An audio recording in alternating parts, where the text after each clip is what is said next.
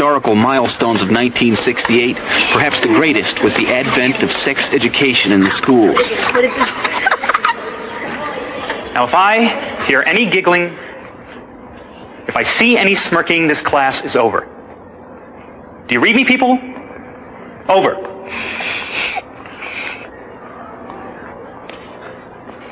Now, the female reproductive organs look like this.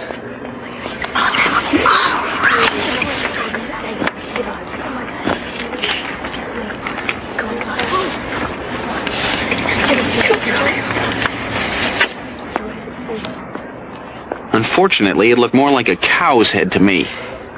Now, who can tell me what these are? Yes. The ears? Apparently, I wasn't alone. The ovaries. The ears would be up here. Why don't you drop a whole lady? So we know where everything goes. Yeah, oh my god. Yeah. The whole lady. All right. Oh my god, everything.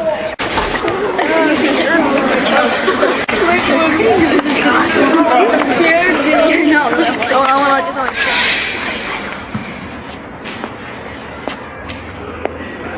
let Suddenly, it became very clear why Mr. Cutlip had never been married. Any man who saw women that way would have no reason to.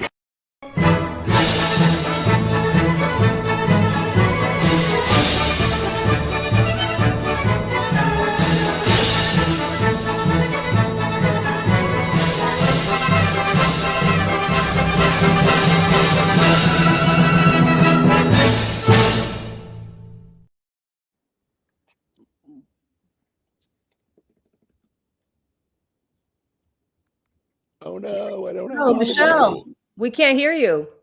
Oh, this happens on StreamYard sometimes. StreamYard. Oh. All right. Michelle may need to leave and come back. We're going to tell Michelle she's going to leave and come back. I love the Wonder Years. What a great Gen X show. So good. Except So I think, good. didn't Kevin have some sort of like Me Too issues down the road? There was I think something. There's Yeah. something going on with him, right? Yeah, something. I just Isn't want it- to say that as a gay man, wasn't that completely accurate?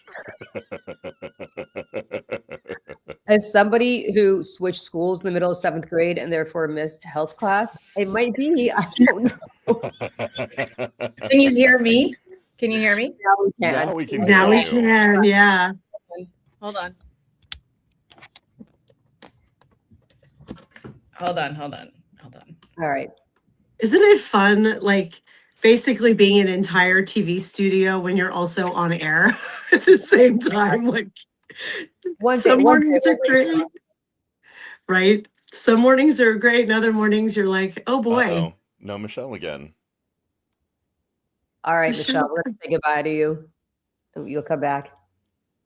Oh my Come goodness. back to us. Back to us, Michelle. Dana, I'm having massive envy about your walls. I don't know what's going on back there, but it looks beautiful.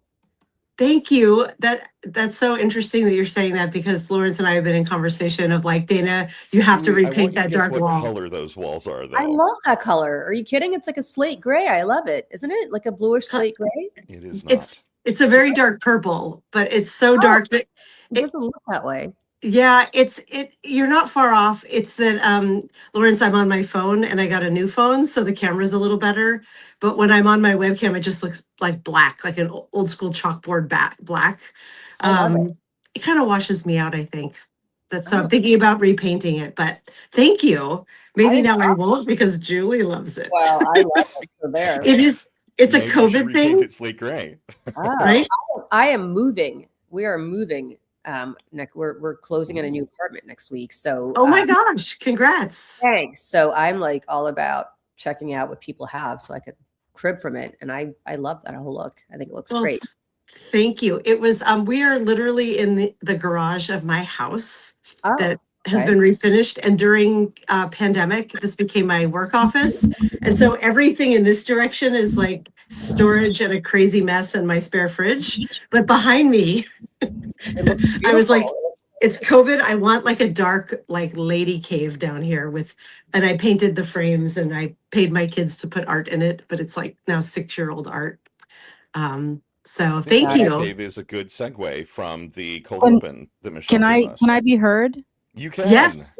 Can be heard. You know what Yay, Michelle. It's so what good to have you. happened? Because Yes. on this mic, I moved it during the cold open.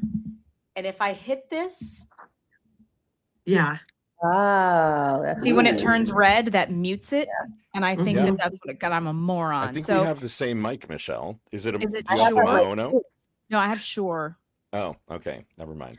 Hey, people who are joining us for the first time, we've got Lawrence Winterman and Dana Dubois here, for people who don't know, from the Daily Whatever Show, who are at the bomb, and we're so happy to have you guys here. So thank you for joining us. Hopefully this will be a weekly thing, because we love having you. We love being here. Thanks for having us. Michelle, sorry I interrupted. Go ahead. No, so the fun thing about when you're running the show and you're on StreamYard, and if you leave, and then you have to come back, all the things that you loaded in disappear. So I'm having to load them all back in again. Oh God. It's a lot of fun. It's a lot of fun. So I'm just doing it because I've been running shows on StreamYard, guys, for years. I used to produce a show over the Lincoln Project too. So guys, I've been doing this. I'm good. I'm good. But everybody, the reason so funny, speaking of Lincoln Project, because when I was over there, I actually pulled that clip of the Wonder Years when Lindsey Graham had done a press conference about women's health or something, and he was like surrounded by women and something. And I pulled this and sent it to social, and I was like, can you post this on social and say that this is like a Republican women's health convention or something? And it performed quite well, I believe, on Twitter. But it's what I think about every single time. And yes, I loved The Wonder Years. It was one of my favorite shows. Everybody used to call my dad Mr. Arnold, because my dad kind of looks like him a little bit and had kind of that demeanor a little bit. He's probably laughing right now because he's watching. But everybody in high school, they would be like, "Oh, Mr. Arnold." Yes, there is a bit of a Me Too issue, I think, with Fred Savage, which is unfortunate. Yeah. Isn't it funny? There've just been so many heroes felled that it's hard to remember, other than this general haze of oh yeah, he did some bad shit. He did some bad stuff. You can swear, it's fine. Okay. Okay, good. Fucking God. Please. I know we thank you. We swear a lot on the Daily Whatever Show, and then sometimes I go on other people's shows and I'm too flip about it. So good to know a safe space. I always think of him as the guy, more than the guy from the Wonder Years, as the guy from The Princess Bride, which I think is the perfect little movie. It is. Princess Bride is a classic. Yeah. And you think about movies where nothing, it's just perfect. There's nothing you can do to tinker with that movie to make it better. And The Princess Bride is that movie. Absolutely. Years ago that somebody was thinking of redoing it, and it was one of those oh God, please don't. Right? It's already perfect. You don't need to remake it. Yeah. They almost made it into a Broadway musical. No. Well, it's only a matter of time. They had the rights, and Adam Gettle was writing it. And if you don't know who Adam Gettle is, I don't. His grandfather is Richard Rodgers of Rodgers and Hammerstein. His mom is Mary Rodgers, who wrote Once Upon a Mattress. He wrote Light in the Piazza and Floyd Collins. And he was a little bit of a teacher friend of mine. And so when he was working on it, he brought the guitar to class when it was a post-grad thing that I was doing with him. And he played the scene of them they're tumbling down the hill thing, and he was singing along and stuff. And so he was working on it, and then I don't know what happened, but it never went anywhere, because it actually would have been really beautiful. You want to hear a horrible, maybe I shouldn't even talk about it because it's The Princess Bride. We all love it. But the guy who wrote The Princess Bride, I think his name is William Goldman. Yeah. I'm scared. I know. When I heard the story, I was not happy. Do you know my friend Gretchen Carlson? I don't know if you guys know. Oh, yeah. You know the story, Michelle? Yeah. Yeah.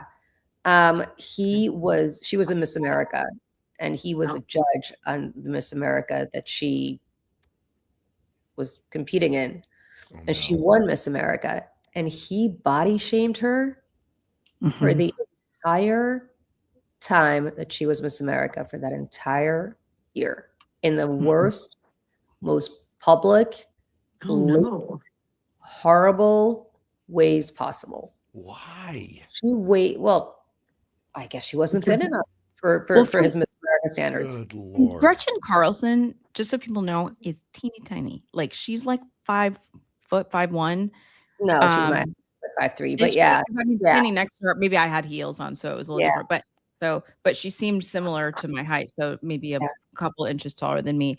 When you're a little person like that, you know what I mean? It's, I don't know, like, because I did Miss America program, and I used to, even if I gained like 5 pounds, man, ooh, the message boards. It was like, oh, Michelle Kinney, have you seen her lately? She's fat, blah, blah, blah, blah, blah. And it was like, you know, I had literally gained 5 pounds. This was like in the early 2000s. I can only imagine the 80s. It's disgusting. The 80s.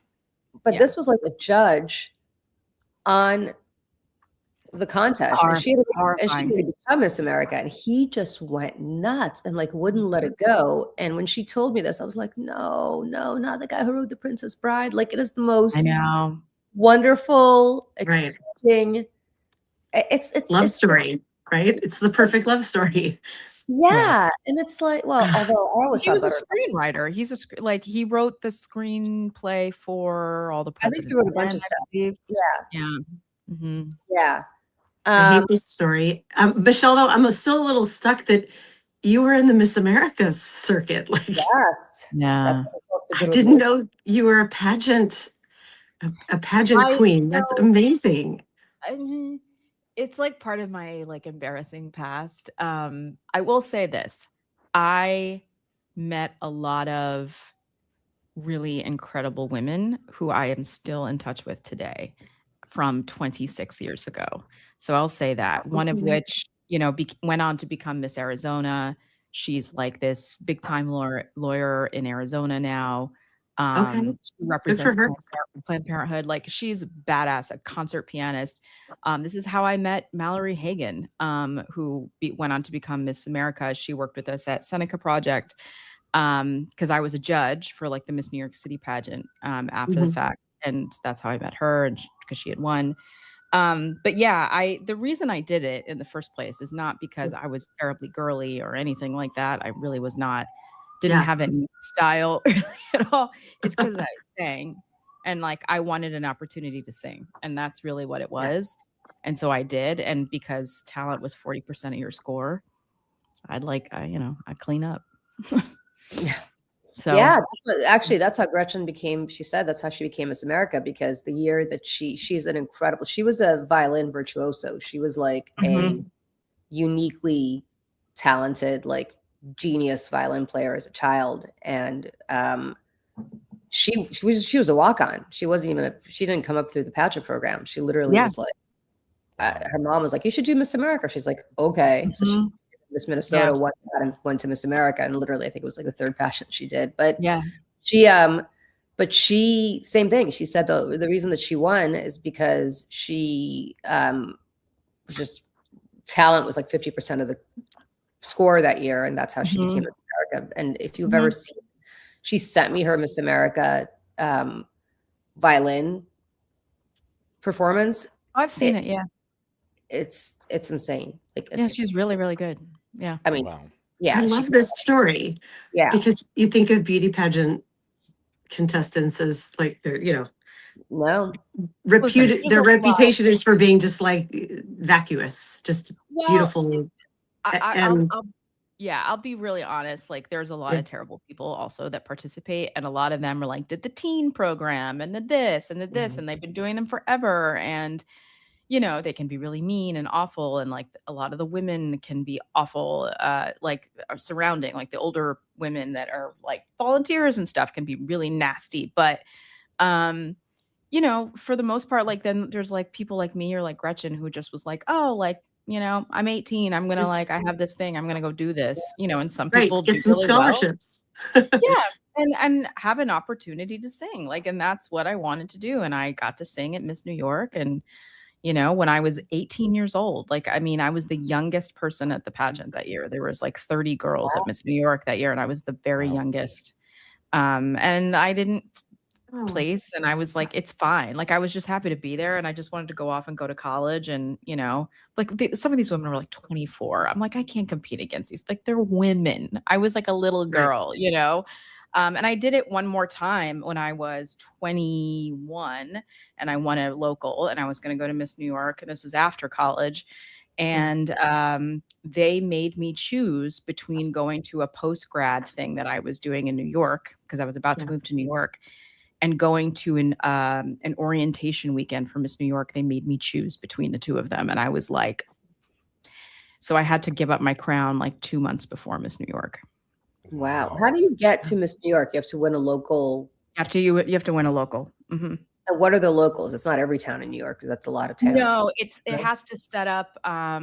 It has to be like an official Miss America preliminary through like, and it can be anything. It can either be, you know, closed off geographically. You have to live in the county or whatever, or it can be an open pageant, which sometimes they'll do like, you know, one in Albany, and like, but you can live anywhere in the state or something like that. But I was Miss Thousand Islands, and which is actually a place, just so people know, it's a place. Not just a salad dressing. Not just a salad dressing, although that is where the salad dressing was invented. Oh, really? Learning all kinds of things this morning. Wow.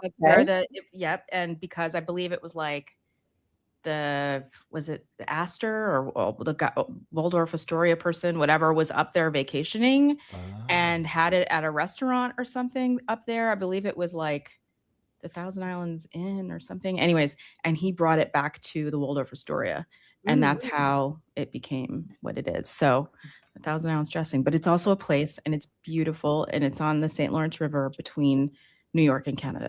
So, by the way, Robert, you asked, did Trump ever walk in on you, Michelle? I got to make it very clear. He ran the Miss Universe pageant, which is that's a whole different situation. Oh, yeah. Scholarship program. It's merit-based. Yeah. Merit-based. It is talent-based. Miss Universe is truly all about looks, like, which is how he designed it. Yeah. Not to denigrate people who are competing in Miss Universe, because they're all very pretty. I mean, go with God, but like, but that's the look of the job. Yeah. That's not, yeah. So, I would love to hear you sing one day, Michelle. I can send you a YouTube video. And me too, Michelle. I've never. Please do. Really? Yeah, absolutely. No. I think we should play it at the show one day. Yeah. I'll send it something. But I will say, so this T-shirt of mine that says Lawrence here. Yes. Because we have a Lawrence on the show today. My favorite band is Lawrence. If you know the band Lawrence, here's a fun fact tying these two things together. The brother, Clyde Lawrence, who's like the band leader, when he was 5 or 6 years old, his dad like wrote the screenplay for Miss Congeniality. And so at like 6 years old, he wrote the song. If you've seen the movie, she's beauty and she's great. She's Miss United States. Oh my gosh. And became the youngest member ever inducted into like the songwriters like union or whatever it was. And so he wrote that song from the movie at like 5 years old. So and now they have a band, and like they're so good. Yeah. I was wondering how we were going to make the Miss Congeniality connection. Yeah.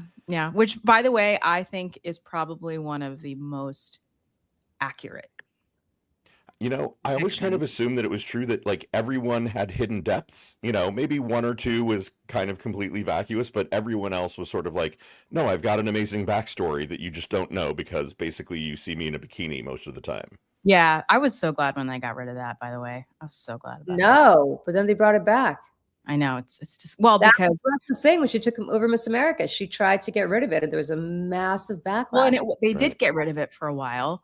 Right. What happened is it lost its nonprofit status because they were running out of money, and it's now a company, which is unfortunate. And this woman who's the CEO is big MAGA. She's a big Trumper. Yeah. And so that's why like Miss America sucks now.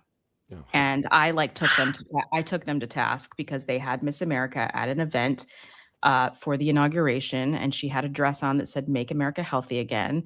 And then they brought her to some event with Andrew Tate, and she's literally like in a photo, not with him, but like in the same frame. And I like wrote this whole thing on Instagram about it, and it kind of blew up and went viral. And then the CEO of Miss America like reached out to people that we knew and like complained and asked me to stop. And I was like, no, screw you. I'm not stopping. Yeah. Wow. Oh my God. That is, how many times do we have to see institutions we love that are publicly funded get just decimated after they go private? So we learn that there are some things that I'm not, I know there are some things that are great as businesses. I'm not like a total, like, let's not have any capitalism in the world, but like there are just some things that get ruined over and over. But when they also, have, I think also they lost like their TV rights.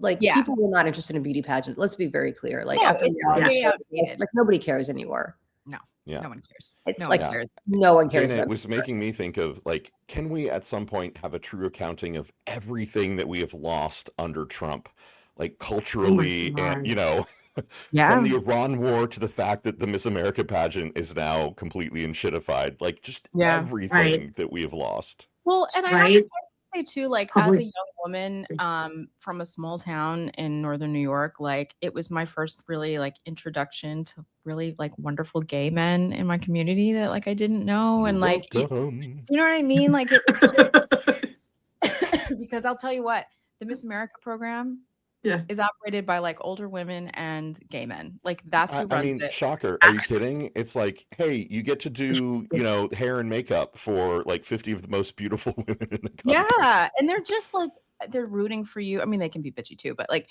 rooting for you, just like, it's just really wonderful. Which leads me to a thing, and I texted you guys about this last night, about a theory that Julie, and I have adapted this theory as well about Donald Trump, who, you know, owned a beauty pageant. Oh, yes. I know which theory this is now. And that he's so, he has spent his life, well, you know what, let me play this clip.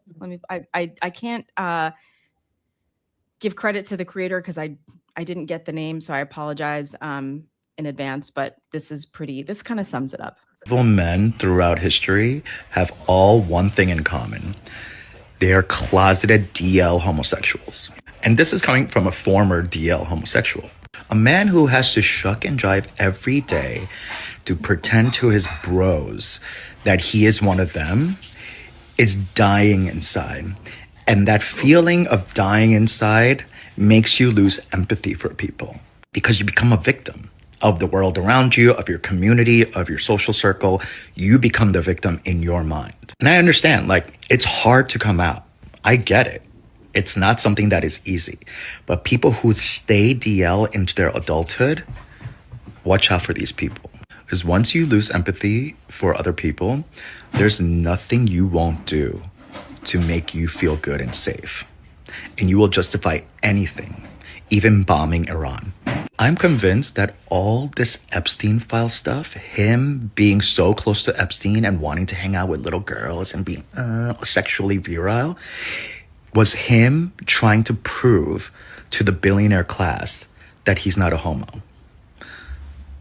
Mark my words. Gay. What have I been saying for years? Look, breaking news. I can break some news here today. Julie, last night after you texted, I confirmed with the Gay High Council that in fact he applied for membership in the 70s. Rejected. Wow. Yeah, so it's our fault that we're currently embroiled in this mess. But do you think he's gay?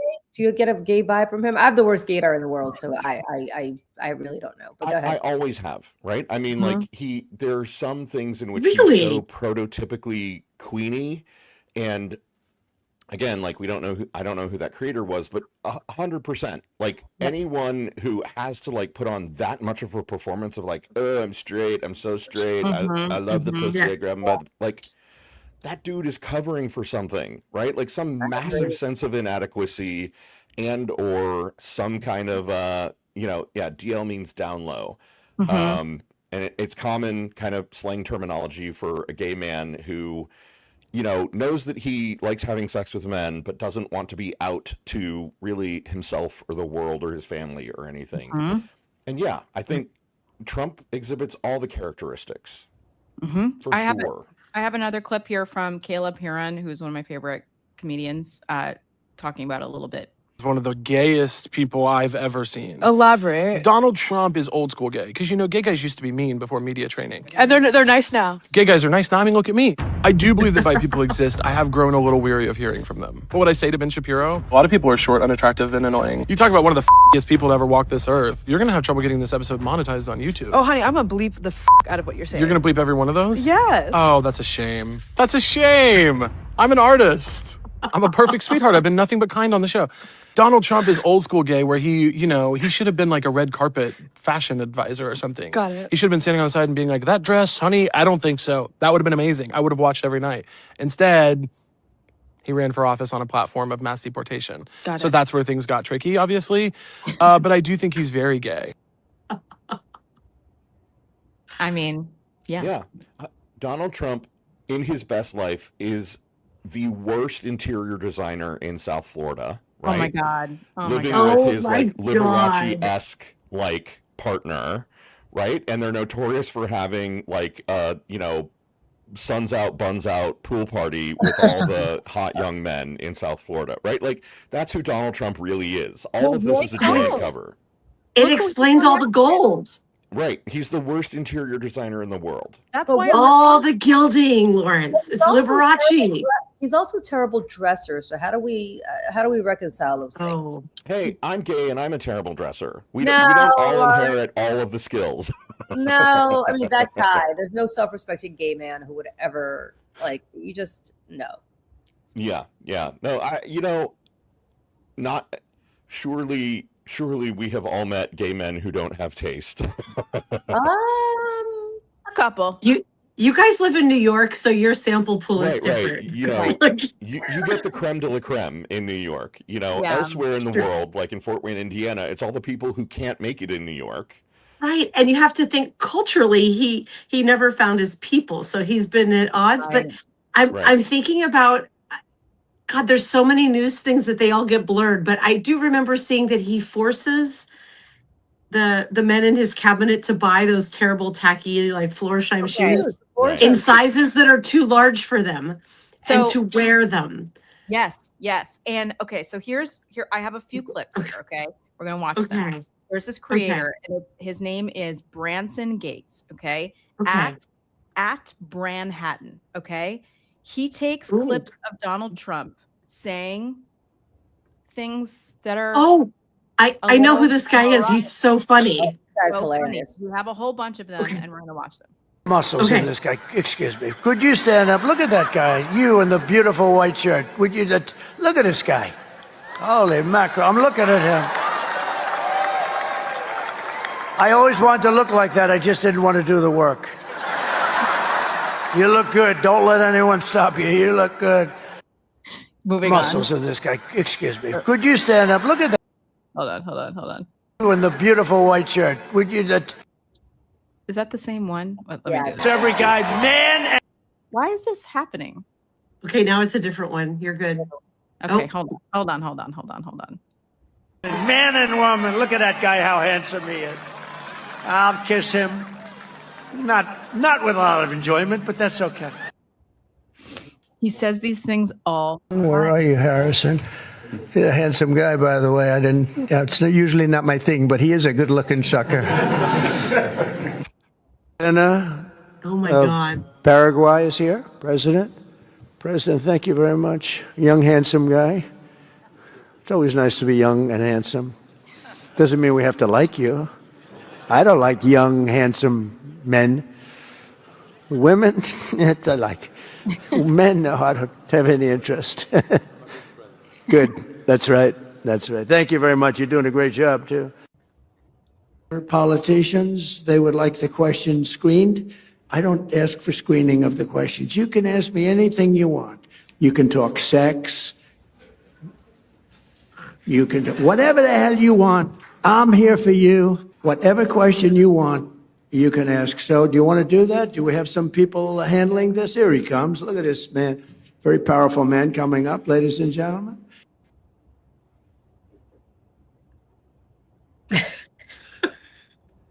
I mean, the amount, but like he has more. But when you already talked about Arnold Palmer's penis and the whole thing, he spends a lot of time talking about the bodies of men, like in a way that's like Yes, a he does. lot. A lot. A lot. Marie in the chat is asking for this creator's name again. I follow him, but I don't remember his name. Yeah, I don't remember his name either. What is it? It's hold on. It's this. This is the account. It is Branhattan. So think Manhattan, but it's Branhattan, and his name is Branson Gates. So definitely go follow him. He's very funny. Hilarious. So funny. He's got he's like he's the new Sarah Cooper. Sexy young man. Branson, tall, skinny dude with a giant nose. Hello, Branson. I know. Totally my type too, Lawrence, other than the whole, gay thing. This is the problem Dana and I have. We're like thumb wrestling over, is he on your team or my team? Oh my God. It's so funny because my best friend Bill, who's gay, and I always have this joke that we have the most opposite taste in men possible. Like every time I'm like, that's a good looking guy, he's like, you must be kidding me. But he's into Lawrence and I are kind of like that too, but we have some overlap. Yeah, we have there's no definite overlap. Bill and I have no overlap. Zero. Yeah. Okay. Well, that works out well. Well,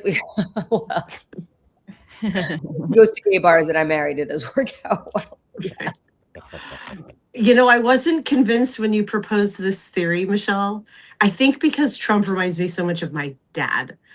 But I'm convinced now. You've sold it. And so like George Bush Jr. was all because he really wanted to be an artist, right? At the end of the day, that guy wanted to go to art school and paint. Yeah. And he was forced into politics, and we all had to deal with his poor life decisions. Think about how many horrible, dangerous men are running the world right now and media. Right.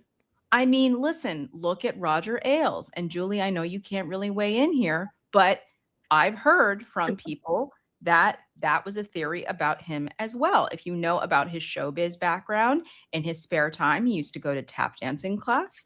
Like these are things about Roger Ailes. Like he loved Broadway. Like he was always trying to produce Broadway shows and things. And again, like the overcompensation of like, yeah, I love girls and I'm going to harass them and things. So, And Roger Ailes, and I can't say much, but Roger Ailes, I can say this because he was so virulently open about what I'm about to say that it's not anything that I think would be problematic for me to talk about. Had bulletproof windows installed in his office on the second floor of Fox News because that way, and I'm not kidding, and I quote, the gays can't shoot me from. Oh, What? And I was like, but why, Roger, would they want to shoot you? And he was like, the gays, they want to kill me. And I was like, but. Right. Oh, honey. No. So there was it was such a weird and specific. I'm not going to suggest that he wasn't also completely derogatory about every other protected class. Right. But it was like the gays are going to shoot me. I was like the gays, the least like if I'm thinking about like show violent like demo, you know what I mean? Like no, I was going to show up at the corner of 48th and 6th in New York and try to shoot somebody in a high rise. Right. It would not be the gays. But yeah, absolutely I'm not. not. Suggest there isn't some overlap in the Venn diagram between like the 2A folks and the gays, but like not much, right? Yeah, he was the 2A not folks. much at all. He was the 2A folks. That's what's so weird. Like you're worried about that and not about your people. Like really? Yeah. So yeah, that's the tricky part of like really. You're the least likely demographic. I do want to address in the chat there's a comment here. Oops. Sorry, it's hard with 4 people sometimes. We all get going. There's some comments coming by in the chat about let me see if I can find it because it's coming in fast and furious of like, I don't like this theory. He isn't evil because he's a closeted gay man, that this isn't why. And No, it's not why. No, That's not we why. we are taking the piss out of him at the moment. Yeah. And it is not a also, why. like, lifelong gay man here endorses this theory. And, did I growing up get tired of the every villain is secretly gay and that's what turned them? Sure. Yes. But like, does it actually happen that when people repress major parts of their personality, they become weird and twisted and embittered? Sure. So, I don't think Donald Trump is evil because he's gay. I think he's evil because he's potentially a closeted gay man who is so fucked up in his head about who he is and how he exists in the world that, that among many other things, the fact that his parents were assholes apparently turned him into the evil perpetrator we see today. Well, think about that. Like, sorry, but like, think about with his crazy father and how awful his dad was to him. Exactly. If you had any kind of like, and listen, especially for those of us who are Gen X or older, and he's older, coming out, and Lawrence, I don't have to tell you this, like, I feel like I'm preaching to the choir here, but like, he could never have come out to his crazy father back in the 1950s. No. Yeah. And so no, absolutely not. That makes you, and his dad was constantly telling him he's inadequate and he's terrible. And I'm sure if you're gay, you're translating that as in, my dad doesn't even know why I'm inadequate, but that's really why I'm inadequate. I'm not making my dad proud. Right. In ways that he doesn't know. So I'm going to go out of my way to make him proud by being a humongous asshole and just taking what is owed to me because I'm such a victim in ways that nobody even understands. That it's like the whole victimhood thing where like, if I'm a victim, that means that I'm going to victimize, hurt people, hurt other people. Right. Hurt people, hurt people. Right. That's exactly right. I've said this before. I think to you all, and I'm going to try to downplay it so I don't sound as outrageous, but I really do at my core believe that the majority of the world's problems are about men's relationships to their own penises.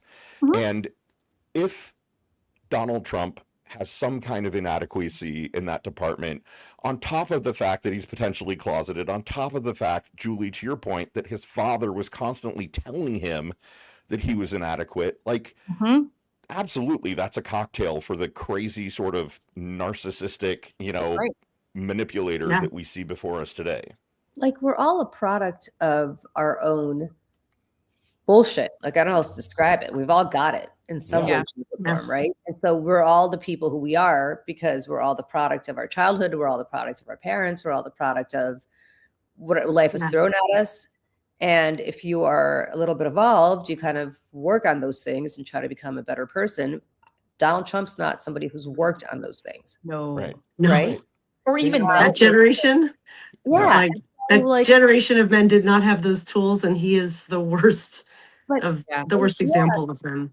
So whether he's gay or not gay, I don't think even matters. I mean, it does matter in the sense that I think that would contribute a lot to like everything I just said. But I think just generally, like the fact that he grew up surrounded by a horrible situation with his dad. Yeah. And completely insecure because he was growing up in Queens where he wanted to be Manhattan. And for people who are not from New York City, today, I mean, Queens is the most diverse. I think it's the most diverse place. Most languages spoken in any place in the whole world. Yeah. So yeah, like you want good food, you go to Queens because you could basically be in anything. Anything. It's fantastic. However, especially back then, and even still today, but really back then, it was not what you consider to be it's not the glittery part of part of New York City, right? That's Manhattan. Right. So he's somebody who always wanted to be here and not there, secure about it. And when he finally made it here, nobody took him seriously. All these other real estate people never took him seriously because they're established and they're, he's just not one of them. Right. And he's like weird, easy. Right. He's a weirdo. And he's performative of all the things, right? He's like, I'm going to perform rich person to you. I'm going to, my women are going to have big boobies and I'm going to wear, with fur coats and I'm going to have a stretch limo and I'm going to put golden toilet and like a golden toilet and everything nothing about him is genuine or real. Nothing. Yeah. Have you ever seen the man laugh? like genuinely laugh. No, like a kind-hearted, like I found that truly funny and it touched my soul kind of laugh. No, never. No. Maybe once or twice, but it's always, and I can't think of when, but it's always been in a mean context, right? Yes. Like I think when he was making fun of that reporter who was disabled, there was a laugh in there, but it was like, I'm being mean and I'm laughing at myself being mean. Laughing at something. Right. Yeah. It's never like, like a little kid was cute and did something cute and like, nothing. No. He doesn't smile. He doesn't laugh. And he performs emotions and performs exteriors. You know what I mean? Everything about him is a show. Everything. And who's to say that this isn't also? So I knew and I don't want to, I like him, so I don't want to embarrass him by naming him, but I know of somebody who was a closeted gay politician that then came out, you guys could probably figure out who it is, came out in a humongous scandal about 25 years ago. Mm-hmm. And before he came out, like I remember he was going out of his way to sleep with hookers, women, to talk about how much he was getting laid, and everybody's like, he can't possibly. I mean, there were all these rumors like he can't possibly be gay. Look at how much he's a womanizer, and it's like he's overcompensating, friends. Like that's what's going on right now. Right. Because normal guys don't feel the need to behave that way so overtly. Yes. Julie, there was I won't name names either, but there was a handsome young politician from a southern state a couple decades ago who everyone was like, oh, he's one to watch. And I remember meeting him in 2004 and in person and oh my God, he's gay. Like there's just the instant sort of gaydar of like, oh, the reason we hear stories about him dating supermodels and being caught with hookers is because he's covering for something. Right. And I'm absolutely certain that is why he did not go on to higher office and ended up dropping out of politics shortly after that. Sure. Because he couldn't reconcile who he really wanted to be. And I don't know, I haven't Googled or anything, but I think it's a real thing, right? I think that people from a certain generation don't confront Dana and I talk all the time on the Daily Whatever show about like Gen X. Part of our thing, we think is dealing with your shit, right? Like whatever your damage is, you've got to figure out, go to therapy, right? Go break the cycle. Right. Go dance under the moon, right? Like go shake a drum, bang a drum, whatever. Like your job is to break the cycle. Exactly, Michelle. Like your job is to not pour that dirty water into the next generation. You're supposed to filter it and clean it and be better. Yeah. We are a fulcrum generation between the old school, like you cram it down the cram hole and you don't deal with it. Right. And then who knows what comes up, and the millennials on after us who are quite proficient in therapy speak and know how to go do the work. We're the go-between. The large majority of my friends all have therapists, and we all talk openly about it. When at my last job, we had like a department calendar, and we all had our therapy sessions, worked into our schedules, and we were all very open about it. And like, oh no, like she can't do this on those days because he was like, but like, and a couple of them were Gen Zers too, but like it was, for the most part, it was millennials and Gen Zers. And we all have therapists, and we're all, it's all just part of our lives. And it's a thing that we do, just like going to the doctor or brushing our teeth or whatever. And here's the other thing, when it comes to like the sexuality, I think conversation, I think Gen Z especially is hyper aware of this. It's all fluid, right? I mean, I don't think anyone's 100% straight. I don't think anyone's 100% gay. It's just, that's just not, and if you look at the MAGA manoverse, they are so terrified of not seeming masculine, not like, what was I watching? I can't remember what I was watching, but it was, somebody was doing a bunch of interviews and stuff about the manosphere. And it's like how the Gen Z manosphere is okay with gay guys, Okay, they're like cool if they're bros or gay, but you can't be feminine. That's too much. You have to be a bro and be gay. Right. And that's all this looks maxing thing with say, like Michelle. where they're taking hammers to their faces to try to chisel their bones. Like, wait, what? Yeah. Have you heard about this? And tap their faces. Hammers to their faces? What do you and just like clavicular, tap like it, this. Tap it. Yep. This is Gen what Z they looks do. maxer uses a hammer to break his own cheekbones so that his cheekbones are more prominent and sharper. Why don't you just go see a plastic surgeon? They don't have the money to do it. It's like DIY plastic surgery. And I saw an interview. I saw an interview with him recently. This influencer, manosphere influencer, and he was somebody asked him, was like, well, what if you're short? Like, what if you're short and you're trying to get a girl? Okay, and he's like, okay, well, when you get home with the girl, what you can do if you've got longer pants on, you can be on your tippy toes before you get into bed. And he's like, and you can put books around the bed so you can stand on them. And you're standing on the books, and if you have longer pants, she won't be able to tell that you're shorter. Like, it was like the obsession. How drunk does this girl have to be? We can tell. How much are you spiking that girl's drink to get her back to your house? For her not to realize that you're standing on your tippy toes, you're standing on books. Right. And what were you doing when you were out in public with this woman? Right. Yeah. Right.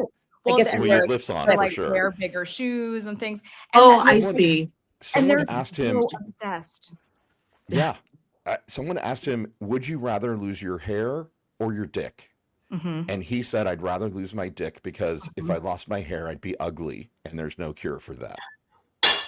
You could go to go get the Bosley. What's the thing? Is it in Turkey where you get the hair transplant? Yeah, the Bosley. Right. The hair plugs. Yeah, it's the transplant where they take follicles and they from the way back here and move it up here. This is the paging Joe Biden. This is the thing that is like, it's the obsession with this generation of young men who are in this looks maxing vibe. Can I just, on behalf of, I'm not going to say all women, but many women, when I say to men, embrace the power of the bald man. There's nothing wrong with being a bald man. No one cares. For sure. Like, no one cares. No one cares. I'm telling you as a woman, no one cares.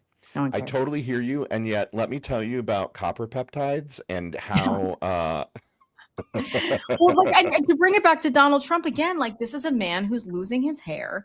And so, again, everything about him is fake and a show. So he grows his hair way here and combs it over the top of his head. And in court documents, apparently, he had gone to Ivana's surgeon to get a hair plugs or whatever, and it went wrong. And so what did he do is he raped Ivana while pulling her hair out of her head because he was so angry with her. Oh, that's you guys ever heard that? That's in their divorce documents. Mm-hmm. Yeah. Wow. I did not hear about that. Yeah. My father did not do that, but he did do he does have the big comb over, and he does have like 1980s style hair plugs still here. Like the rose. That you can see. My father, they look a lot alike. My father was so relieved because my father, well, I'm not going to say it because he gets very upset, so I'm not going to discuss his hair. But my father was very relieved when I married a man who has a full head of hair. Like, it was my father, for whatever reason. My husband's sitting over there laughing, but like for my father, losing his hair was like the most devastating, awful. Like, it was like, I understand that though. I do. I do too. I don't. Speaking as a man whose hair is thinning, I always swore that I would not care when it happened. And I find myself caring now that it's happening. Why?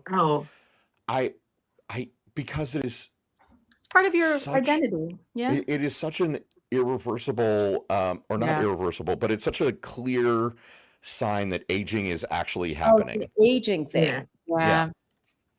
Well, and I'm going to be a slight dissenting voice and say, like, I like guys who have hair on top of their heads.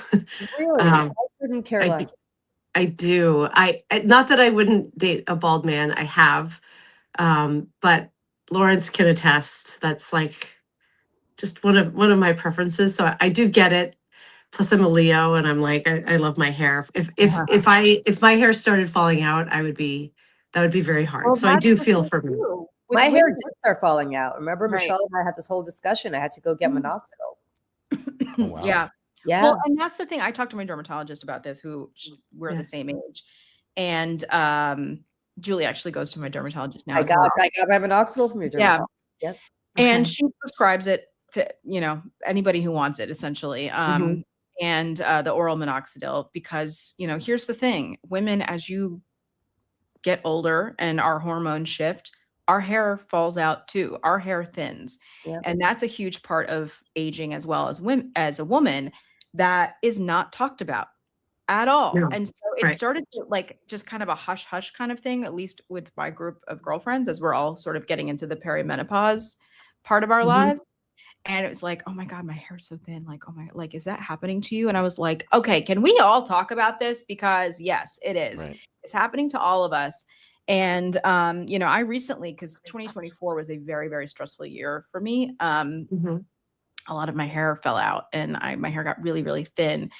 And I just started to notice that my hair is starting to grow back. I have like 3 inches kind of like all over my head. And I've never had like thick hair, but it's definitely like a little bit more than it was, but still like it's not what it was when I was younger, because I don't have the same hormones, and like I'm getting older, and it's just part of life. And but it's attached to your fertility and like your sense of attractiveness and like all this stuff. And like, it's part of your identity, and it sucks. It sucks when it happens. For me, part of it is that I have a really ugly scalp. It's I have these weird not sharp what it was when I was younger, because I don't have the same hormones, and like I'm getting older, and it's just part of life. I'm muting Julie because I think your YouTube, I think you've got YouTube open. Yes. Lawrence, I love your scalp. Dissenting opinion. Lawrence has this very like ripply, like Shar-Pei scalp, he calls it. And I think it's super cool looking.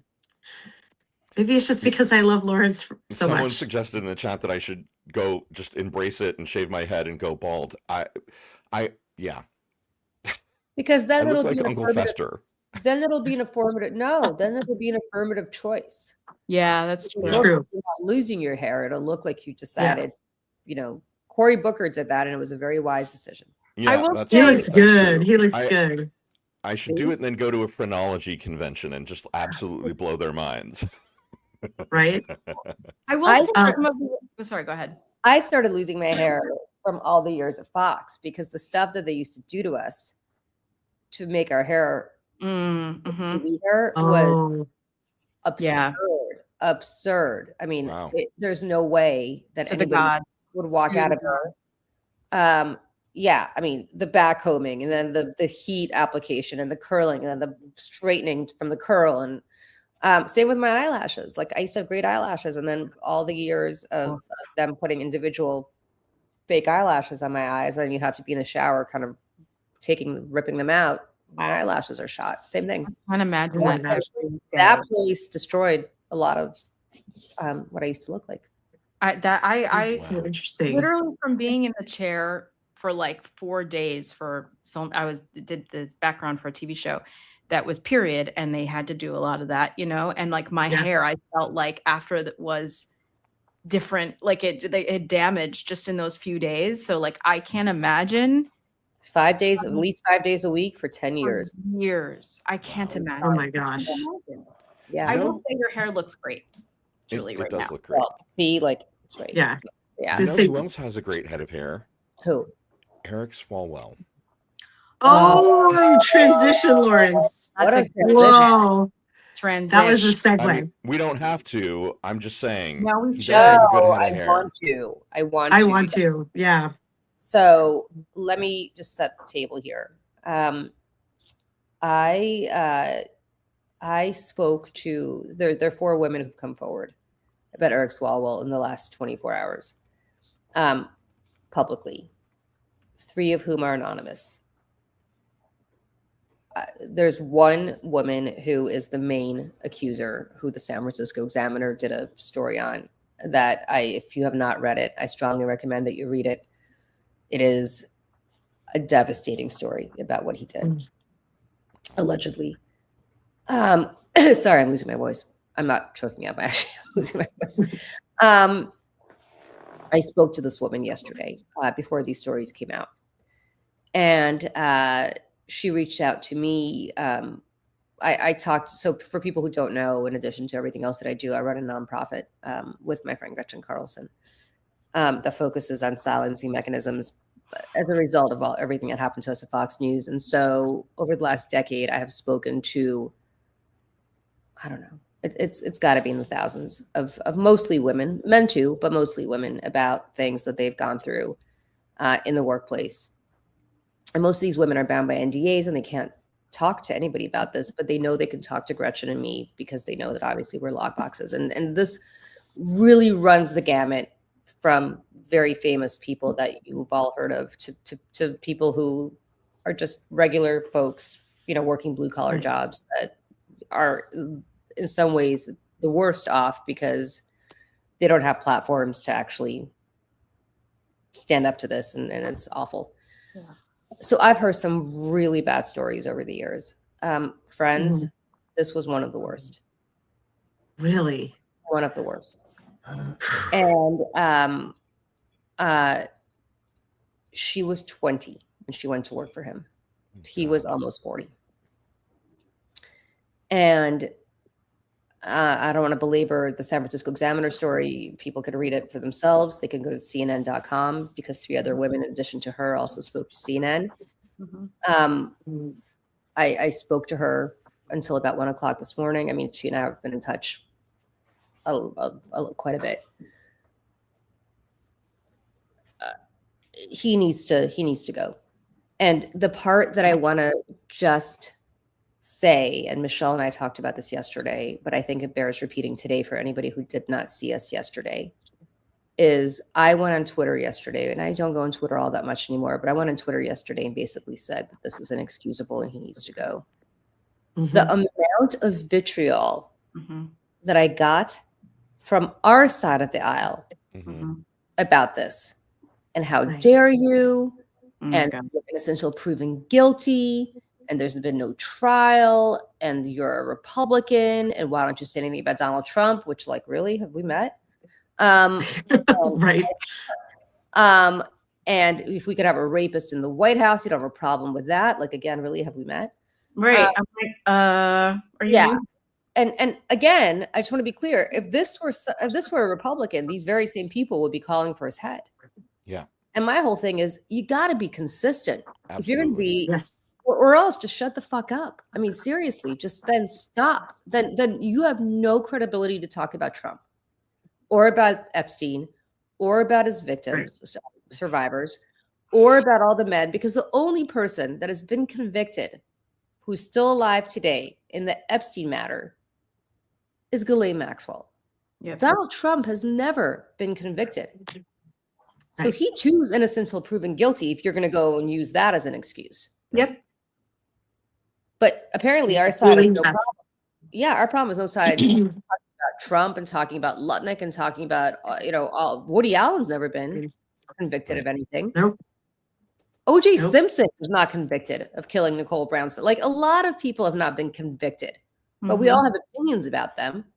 So I'm telling you right now, take it from me, I'm a Democrat, and by the way, to all these little blue anon people, as I call them, who are coming after me about being a bad Democrat, I have elected more Democrats over the last 30 years, friends, than you've ever voted for. Like, this is what I've devoted my life to. So I think my bona fides are pretty good on this. And I'm telling you right now, he needs to go. He needs to go. There are other people who will become governor of California. It does not need to be him. And it is a Democratic seat. And if he drops out of the House, which he should, because he's going to get expelled by the House Ethics Committee anyway, because the House Ethics Committee is going to open up an investigation into it. This woman is going to testify under oath. Yep. She has told me she would. And when she does, and she repeats to them under oath, which she's told me, I promise you, for Eric Swalwell's own family's well-being, for his 3 or 4 children, for his wife, go home and deal with your shit. Yep. You do not need to be in public office anymore. File for divorce from that bastard. But you know what? That's from my perspective, that's between the two of them. Fine, but like she wants to stick around. That's her call. Right. He needs to go home, and there are bigger things he has to worry about right now than this. Oh yeah, listen, this is yeah. Well, and Sammy Sage last night, who I love, asked a question on Threads that I have been asking privately since these stories came out, and so I'll ask it here. Based on the stories of more than just the first victim, there was another story, I believe, in the CNN story that sort of mirrored this. The question that we all need to be asking is, did Eric Swalwell drug these women? So I have an answer to that question. Well, I don't know that I have an answer to that question because again,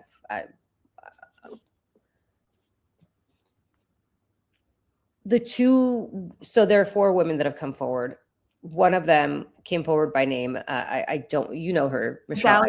Yeah, it's I don't know her, but like Adam Parker-Menko's wife, I think. Adam Parker-Menko's wife. She's a young, young woman in Democratic world. She's part of like the Midas universe. You probably have all seen her online.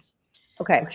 He wrote a wonderful note by the husband wrote a wonderful note for her last night. I saw. So. Yeah. So she came forward by name. The other 3 women, including the one that I've been speaking to, have not. And the reason they haven't, friends, and everybody's like, why doesn't she put her name to this? First of all, since when do we insist that sexual assault survivors unmask themselves? We don't. Second, she didn't, for the same reason that, to be perfectly frank with you, when I thought about suing Roger Ailes, I desperately tried to do this privately before I went public, because you understand it's going to impact your career, it's going to impact your life. Yeah. And you don't want to be known as that person professionally for the rest of your life. And so she doesn't need to, the onus is not on her to put her name to this. But her claims have been vetted. They were vetted by CNN. They were vetted by San Francisco Examiner. They were Chronicle, by the way. I thought it was Examiner. I don't think it was the Chronicle. Oh, was it the Chronicle? Sorry. Yeah. And I wouldn't say they were vetted by me in the sense that I, spoke to others, but I will tell you that I trust me, after a decade of this, I have a pretty good sense of where things are, and she's deeply credible from my perspective. And so I just and then the other question is, why now? Why now? Why right before his election? Yes, I'm seeing that in the chat and I will raising my hackles, Julie. You take it. And I will tell you why now, friends. Why did E. Jean Carroll speak up after Donald Trump already was president? Or Christine Blasey Ford. Brett Kavanaugh. Right? Oh, why is she waiting until? Yeah, why now? Or Why now? Anita Hill or Anita Hill, right? It is not on our time frame that survivors speak up. They speak up when they speak up. And I will tell you why now with her. Because this woman was getting calls from a reporter about other women. And she did not want to come forward. And then she spoke to the campaign. And the campaign basically was like treating her like, the campaign manager asked her, did this happen to you? And she hesitated. And the campaign manager said, actually, I don't want to know. And then they started to treat her like they had nothing to worry about with her, that she was never going to speak up because she was just some little, like they didn't have to worry about her. And that upset her because she felt like she was being dismissed. She did not matter. She didn't matter.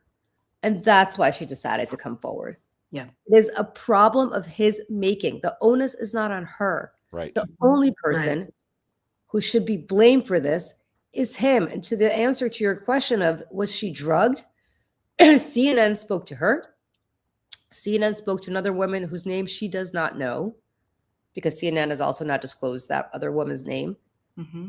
And Didn't they share are not- stories to each other. They did not share stories with each other. They did not know each other. Their stories are strikingly similar. They were in a bar with him. She's not making the allegation that she was drugged. You could draw your own conclusions. But both these women had very striking allegations. They were drinking with him. They woke up in a hotel room the next day, completely out of it,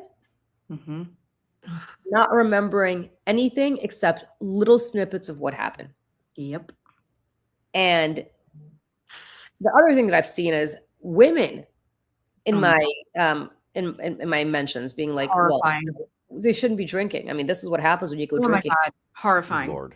Shut up. I'm sorry. Like, this makes me so angry. And if I Yeah. see one more woman or even a man saying this is a hit job or anything else, like, I'm sorry, but our side, we're supposed to be better than this. Right. We're supposed to be the ones who stand up for women. We're supposed to be the ones who believe women. And Yep. blaming the victim does nothing but make this problem 1,000 times worse. Right. And I am so Yes. tired of this. I am so tired of it. If I see one, I've just started blocking people for even suggesting it. People Right. have no idea Yes. how hard it is to come out in any way, whether it's assault or mistreatment or harassment or whatever the case. Coming out publicly against powerful men is one of the bravest things any woman could possibly do. Yep. And for How people who dare you? And for people who are like, it's a ruse because Kash Patel was opening up an investigation to him. Friends, I know who this woman is. I know who she is. And let me tell you something. She is not MAGA. She is not a Kash Patel plant. She is not a Katie Porter plant. She does not give a rat's ass who the next governor of California is. She is a Democrat. I know her name. I know where she works. I know who she is. And I'm telling you right now, this has nothing to do with MAGA. It doesn't. I wish I could tell you more, but I can't because it is not my story to tell you who she is or where she works or what her background is. It is hers if she ever wants to come forward. But I'm telling you right now, if you think I have any credibility in this matter, and I would hope after all these years that you think I do, I truly also don't give a rat's ass who the next governor of California is. I hope it's a Democrat, but it's not like it matters to me whether it's Tom Steyer or Katie Porter or Eric Swalwell, who actually I've always liked. It's like, trust me on this. If you believe me and you think I have any credibility in this matter, and I think I do when it comes to Me Too issues. I think you've earned it. Yeah. Yes. So I'm telling you right now, believe me, this is not a plant. This is not and for anybody who's like, well, Roger Stone was saying the shoe was going to drop. God, what? The reason Roger Stone was saying that the shoe was going to drop on Eric Swalwell is because all of us who are anywhere within the space have heard rumors for the last couple of months. weeks, a month. Even months. Yeah, that something was afoot. Yes. Roger Stone didn't know anything more than the rest of us did. It's been Yeah.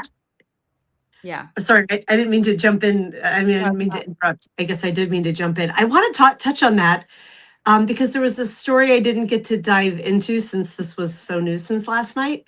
Do you know who Mrs. Frazzled is on? Yeah. She, I love her as a creator. She writes amazing content about education and the state of education. She's also very funny. But I guess she has been championing this for a few weeks now, along with other creators. Which I did not know. I have somehow missed this part of her content. And she is saying the same exact thing you're saying, Julie, of like, I have been discredited, like me, who's built my whole reputation on being this credible source online. She has been hung out to dry by Democrats, accusing her of being a plant. So you are not alone. And the other thing I want to put on top of that is, in addition to having the creators we know and love and have built trust with, like you, like Mrs. Frazzled, I think people are forgetting that journalists at places like the Chronicle, when they vet and run something, Yeah. There's work behind it. There's legal review behind it. They are not the same thing as some YouTuber getting up and popping off. No. And so it's not the same bar as a court of law where you're under, you've got your hand on a Bible and you're swearing, but it's similar. Like this happened in Seattle. There was a local rock star who was credibly accused, and NPR ran a story about it, and a bunch of his fans popped off because people want to believe the men that they like, right? And it's like, you guys, NPR is underlining this. Do you know the level of vetting that had to happen for NPR to put their stamp on it and say this is true and accurate? Well, Dana, to your point, sorry, just to put a period on what you just said. I did CNN last night. I did Laura Coates' show.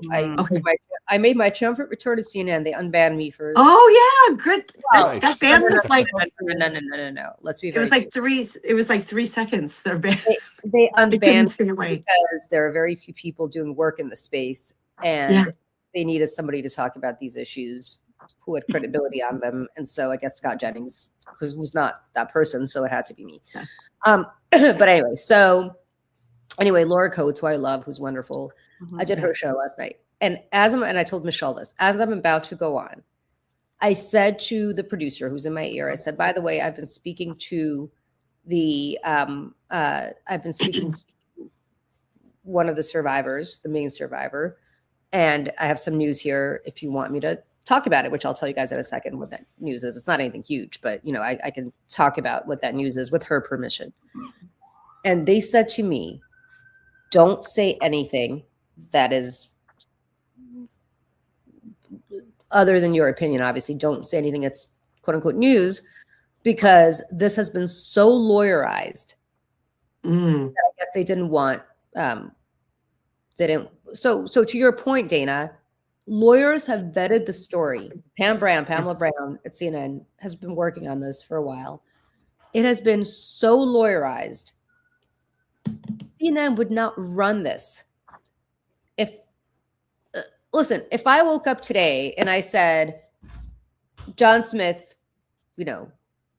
raped me, CNN would not run that story. No. Unless they had done incredible due diligence on this. Right. This is one way in which our litigious society serves us. The due diligence is immense before a place like CNN will run it. Yeah. Now I will say to you, it's kind of crazy that they wouldn't let me say what I wanted to say. So I'll just say it here, which is that this woman is more than willing to put her hand on the Bible and testify under oath to the House Ethics Committee about what happened to her. So to the extent that I think Eric Swalwell's days are numbered, as I said, once she does that, I think it's over, because her story is, it's devastating. It's devastating. It's just, and it's, if you, unfortunately, it's the San Francisco Chronicle, we said right now, the Examiner, San Francisco Chronicle is behind a paywall, sadly. So unless you. Oh, is it? I put the link in the chat. It is behind paywall. And you can go to the Mayday Network Instagram, and I took screenshots and put it up. So you can go there and read the whole thing. It is devastating, friends. It is a brutal story. And once you read it, you will not be able to unread it. No, it's extremely detailed. And the other thing here is that, Senator Gallego from Arizona, withdrew his endorsement of Eric Swalwell last night. But I want to say that first, he came out swinging against the liberal activist who was trying to take down Eric Swalwell. That was his first reaction. My dude, no.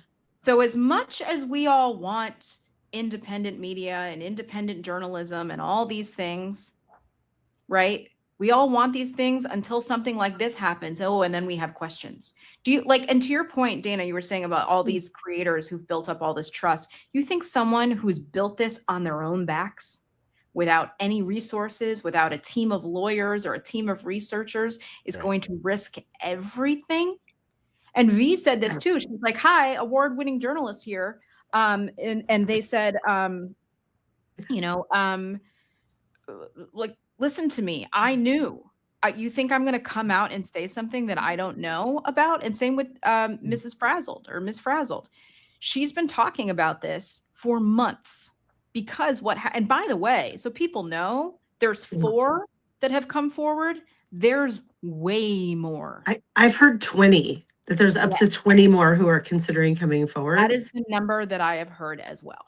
Yeah. And when it was, I believe Mrs. Frazzle, she said that she had done something. There was like something, an interview or something with Eric Swalwell or something like this a ways back. She got a ton of messages being like, stay away from him. Don't go near him, blah, blah, blah, blah, blah. And she was like, what? Yeah. And then she started to kind of talk about it. And that's when people started to come out of the woodwork being like, I have a story. He abuses his power. He has been harassing his staffers, blah, blah, blah, blah, blah. And obviously it's so much worse. And it's funny because I got a message from my friend Nikki last night and I didn't even remember that I had said this, but she was like, Michelle, she goes, your spidey senses. And I was like, what are you talking about? And she said, well, she goes, you told me years ago that you thought something was off with this guy. And I said, oh, I go, yeah. I was like, when he was running for president and he was like acting like such a weirdo. And I was like, and it was just something was just so about the whole thing. I was like, he cares way more about like the content and the interviews and the cameras and what he's doing in front of his phone and everything else. And I was like, there's just something not right. So, and yeah. Yeah. The only reason I stuck this Rosie, that comment, he denied NDAs, thought of you, Julie. He did deny NDAs. And the other news that I have to break here is that he actually did use NDAs on his presidential campaign. I don't know whether he used them on his gubernatorial, but he did use them on his presidential. And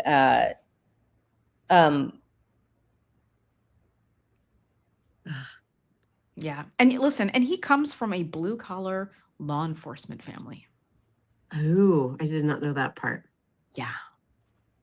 So it's tough when you see someone who otherwise is such a great candidate. Well, I think that's part of the problem here, right? Is that so many people are attached to the idea of the vision. Swalwell gets elected governor, Democratic governor of California, instantly becomes potential front runner for presidency. You know, we like him because he's got the right policies on a lot of things. Not if he did this, you guys. Not if he did this. Not if he did this. He's absolutely like that's not a win. Right. That's not a win. No. Women aren't safe with a Republican or a Democrat in a place of power who is a sexual predator. Women aren't safe in his office, in his state, anywhere.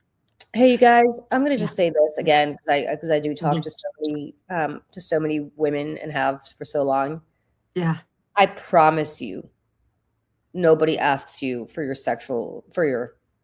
political affiliation before they harass you. And these harassers and these assailants are not limited to just one party. No. If I'm a focus group of one, but it's a really large focus group, it's been, as I said, at least 1,000 people that I've spoken to over the last decade or so. Yep. I promise you, there are good people on both sides of the aisle from a moral perspective. I'm not saying their policies are great, but you know, there are people who treat women well, you know, and there are people who are terrible. Yeah. Terrible. I worked for what really brought me to this fight, and people from New Jersey in the chat would know this. One of my last big political clients was the former governor of New Jersey, Phil Murphy, who on paper is a great progressive, and progressives loved him. And he was awful to women, and he empowered the worst fucking men on earth. And he bound me and many other women to an NDA. And when a woman got raped on his campaign, he made sure that she went through hell. Yep. And prevented me and other women from helping her.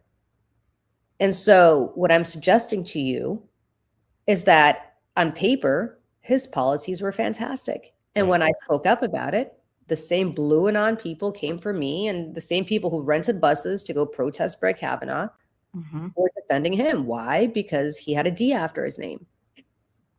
So what I'm suggesting to you is that there are bad people on both sides of the aisle. And just because we agree with their policies and just because they say all the right stuff doesn't mean that they behave well in their own lives. And Eric Swalwell, speaking of how we were talking about Trump having weird things that he's working through, brought an Epstein survivor to the State of the Union after these stories were already percolating. Now, if I'm an Epstein survivor, I remember. if I'm an Epstein survivor, I feel a little exploited. Yeah. Right? Because it wasn't about her. It's always about him and projecting some sort of performance. It's always optics with him. He's trying like to get ahead of things. He's like Pete Hegseth in the content scene, Right. He's like, look at me, look at me, look at this will be a great video. And you know, the thing is with him and guys like him, especially on our side. Our side, again, is the one that is for women's rights. We're for women's progress. We're for a right to choose what we do with our bodies, for equal rights, for equal pay, right? So they hide behind those things. Sure. And in his statement said, you know, I've always, you know, stood up for women. I was like, screw you. Because another thing is, when these rumors about him started to swirl and get louder and louder, people in his comment section on Instagram started to bring it to his posts. He had someone on social deleting them. They were deleting them, and all of a sudden, there was an uptick of Eric Swalwell with his wife, Eric Swalwell with his kids, Eric Swalwell with his family, and all these like, ooh, look at how nice, what a nice guy he is. And one of the even more recent photographs, I believe he was on set for like MS Now or CNN or one of those. He brought his daughter with him. And he's got his daughter in the chair sitting at the desk, and he's right behind her, and they're smiling. And I'm like, and I think V said this, literally using his daughter as a human shield. Yes. These girl dad bullshit things. If you are a girl dad and you actually give a shit about your daughter, great. Come sit next to us, listen to us, and stand with us and march with us. But if you are somebody like Eric Swalwell and other men who I have come into contact with in my life who use this girl dad shit, like somehow it absolves them from their shitty behavior and attitudes towards women, get out of the way, go sit down, and we never want to hear from you again. Ever. Ever, ever, ever. Yes. Michelle, what's going through my head as you're talking is like, I don't want more MAGA men out there, but at least they're honest about their intent around women, about how they think women are subservient. They don't think women should vote. They don't think women should have positions of power. Like they think women are the best when they're the most breedable when they're 14. Great. You're a terrible human being, but you're honest about it and we can fight you. Yeah. But when you see men like, when you see these kinds of leaders who are out there bringing the Epstein survivors with them and championing for women, but then they're raping young women who are their subordinates at work as their favorite hobbies. Like, there's a special kind of insidious evil there because they are putting on a public persona that is the opposite of who they actually are. And how do we reconcile that? That dissonance is just so ugly, right? The dissonance. America's I'm a good TV dad. Yes. Yeah. Or Bill Clinton, like, I'm going to name more women to the federal government than anyone before me. Oops, I also happen to be a horrible asshole philanderer, you know. I'm old enough to remember the Bill Clinton presidency. I remember voting for him twice. And I wanted him to resign, you know, because I thought, Michelle, like you said at the beginning, we're supposed to be better, right? The Democrats are supposed to be better.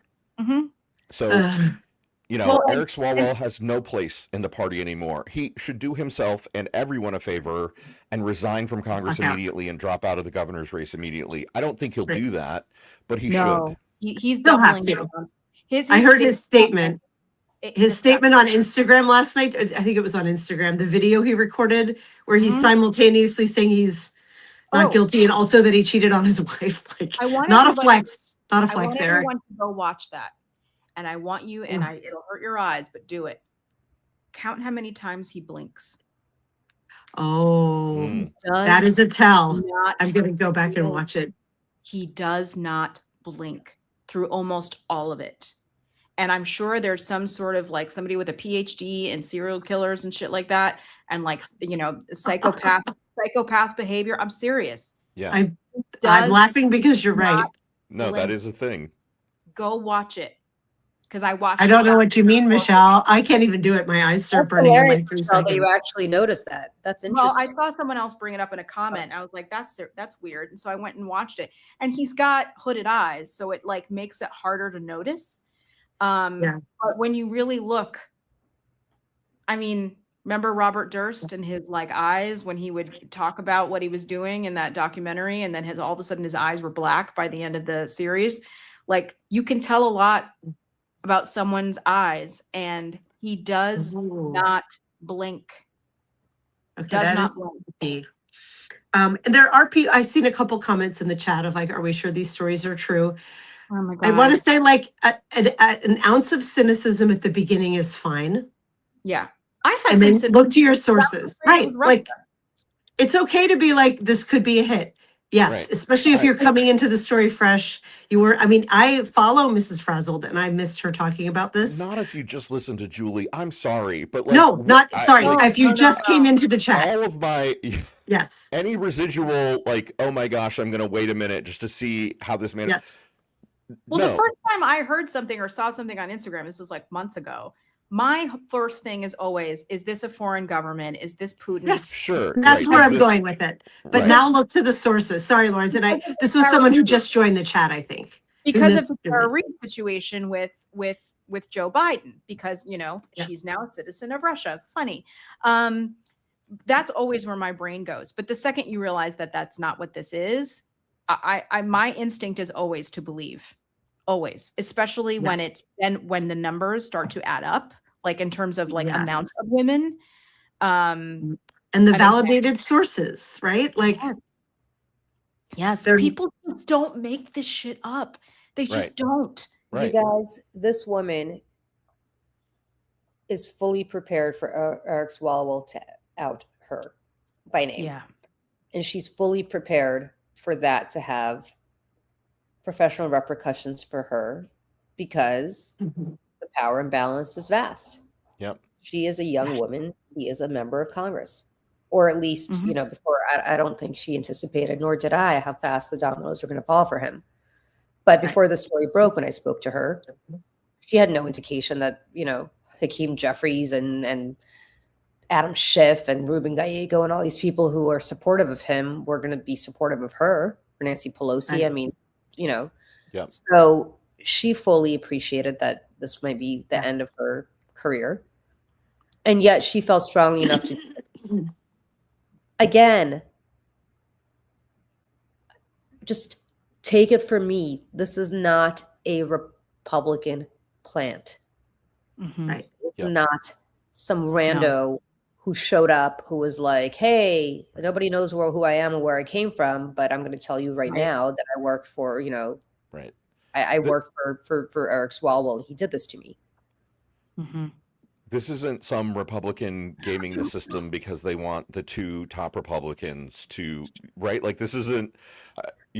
Everyone should get that out of their head. You know, I've seen it online. The people who are like, oh, they're trying to knock Swalwell out so that it can be two Republicans in the jungle. First of all, let me just be clear, you guys. And this is actually something that I think merits discussion. California has a jungle primary. Yep. Which is the stupidest system on earth. But what it basically, I think the intentions Washington State does too, and Louisiana, and it is the dumbest thing in the world. I think the intentions were good behind it, but the reality is much different. Yep. Which is that the top two people who advance to the election. And what that means is agnostic of party. They just regardless of party.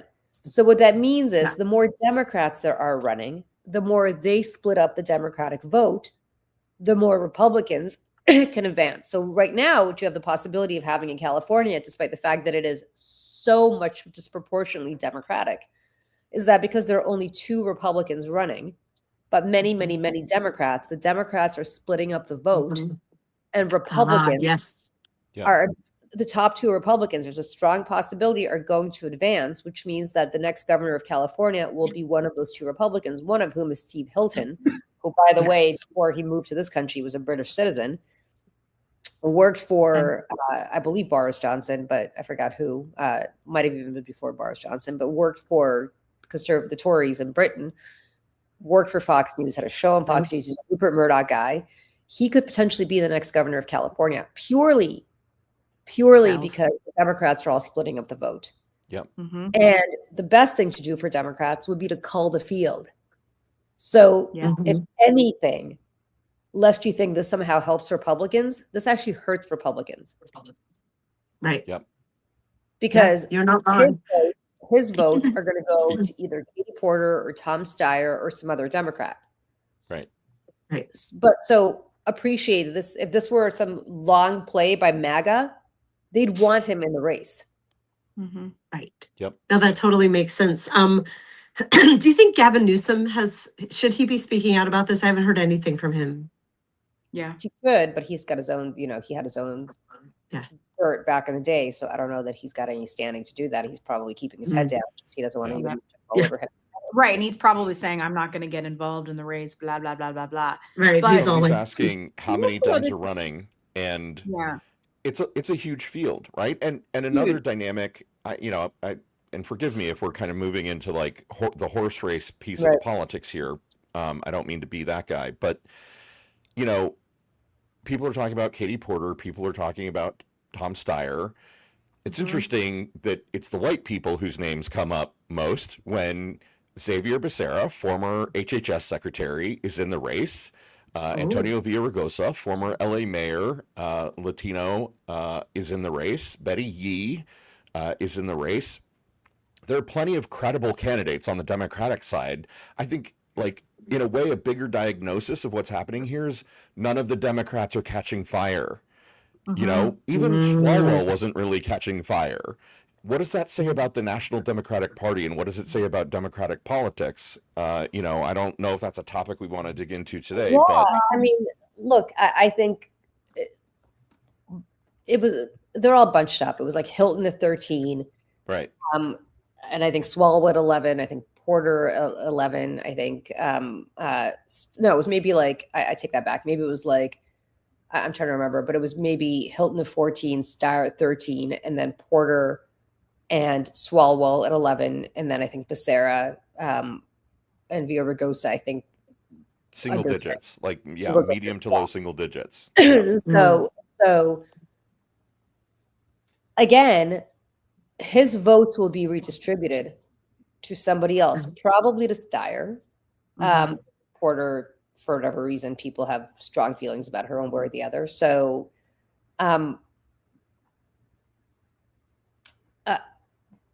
ultimately, if you're worried about how this is going to impact the California race, if you're just purely worried about how this impacts Democrats, it's probably going to be helpful to electing a Democrat. For people who think that Katie Porter put women up to this, I can't speak for the other three women because I haven't spoken to them. She did not. No. This woman was approached by a reporter. Right. Whether you like Katie as a candidate or not, don't put that shit on Katie Porter. Yeah. I stop blaming women for this. Exactly. Exactly. And I've seen a lot of this in comments and stuff too. I'm really not reading Substack comments today because I can't, my mental health. But the for people being like, well, this just seems so out of character. He seemed like such a nice person. And I want to be like, have you ever seen the film Promising Young Woman? Oh, yes. Because that is quite literally a story about somebody like Eric Swalwell and men like Eric Swalwell, brought up, did all the right things, went to the right schools, married the right girls, done all the things, but behind closed doors had horrible behavior. And, if you haven't seen this, go watch it. If you've seen it, go watch it again and think about what is going on right now, because that is the tale that we all need to be reminding ourselves with.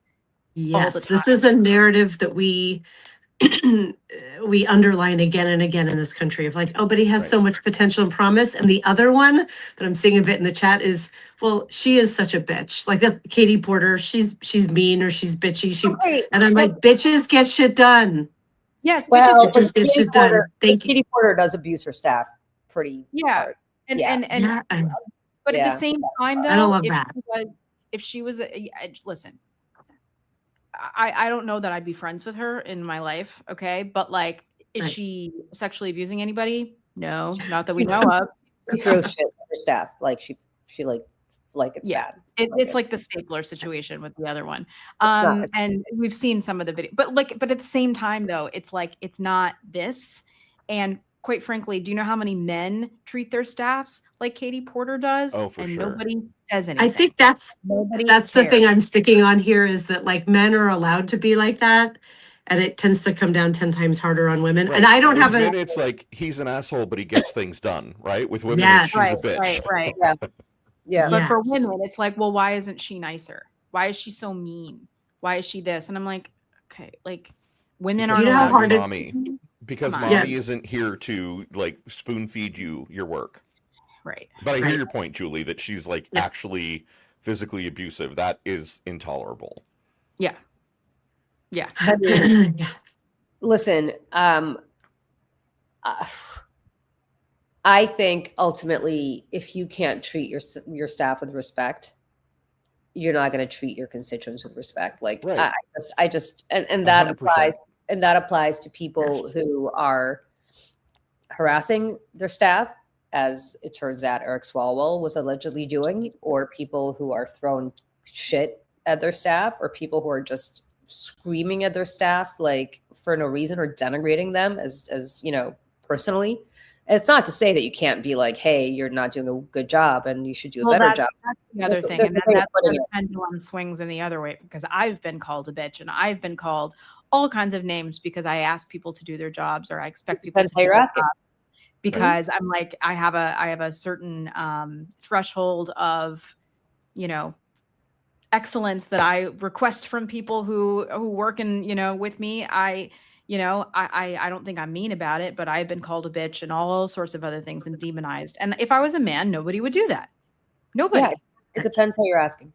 Right. Well, right. And the other thing that I'm going to say too is like, for any of the people in the comments or the chat or anything like this, or anybody just thinking about this, you know, gosh, all these evangelicals, how do they look at somebody like Trump and they like, you know, they look the other way and he's a rapist and he's this and he's that. I want you to look in the mirror. Right. And I want you to look at our own people who are making excuses, the same excuses of saying, well, he's going to do this for us and he's going to do this for us and he's going to do that for us because he's going to sign that bill. People on the Republican side have been doing this for years and years and years, and it has led us to this most dangerous moment in 250 years of this country's history.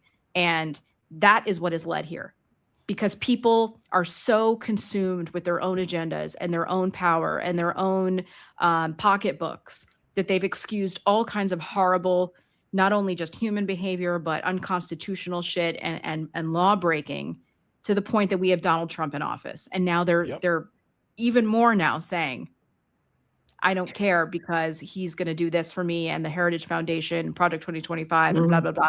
He's a means to an end. Well, that's exactly right. And that's the other stuff that I've been getting on social media is like, how dare you, you fucking bitch. I can't believe you're saying this when we have a rapist in the White House. Yeah. Okay. Right. So take that to its logical conclusion. I don't know. Hitler killed 6 million Jews. So therefore the United States has no problem killing 6 million Germans. Like we have to retaliate in kind. Like that's not who we are.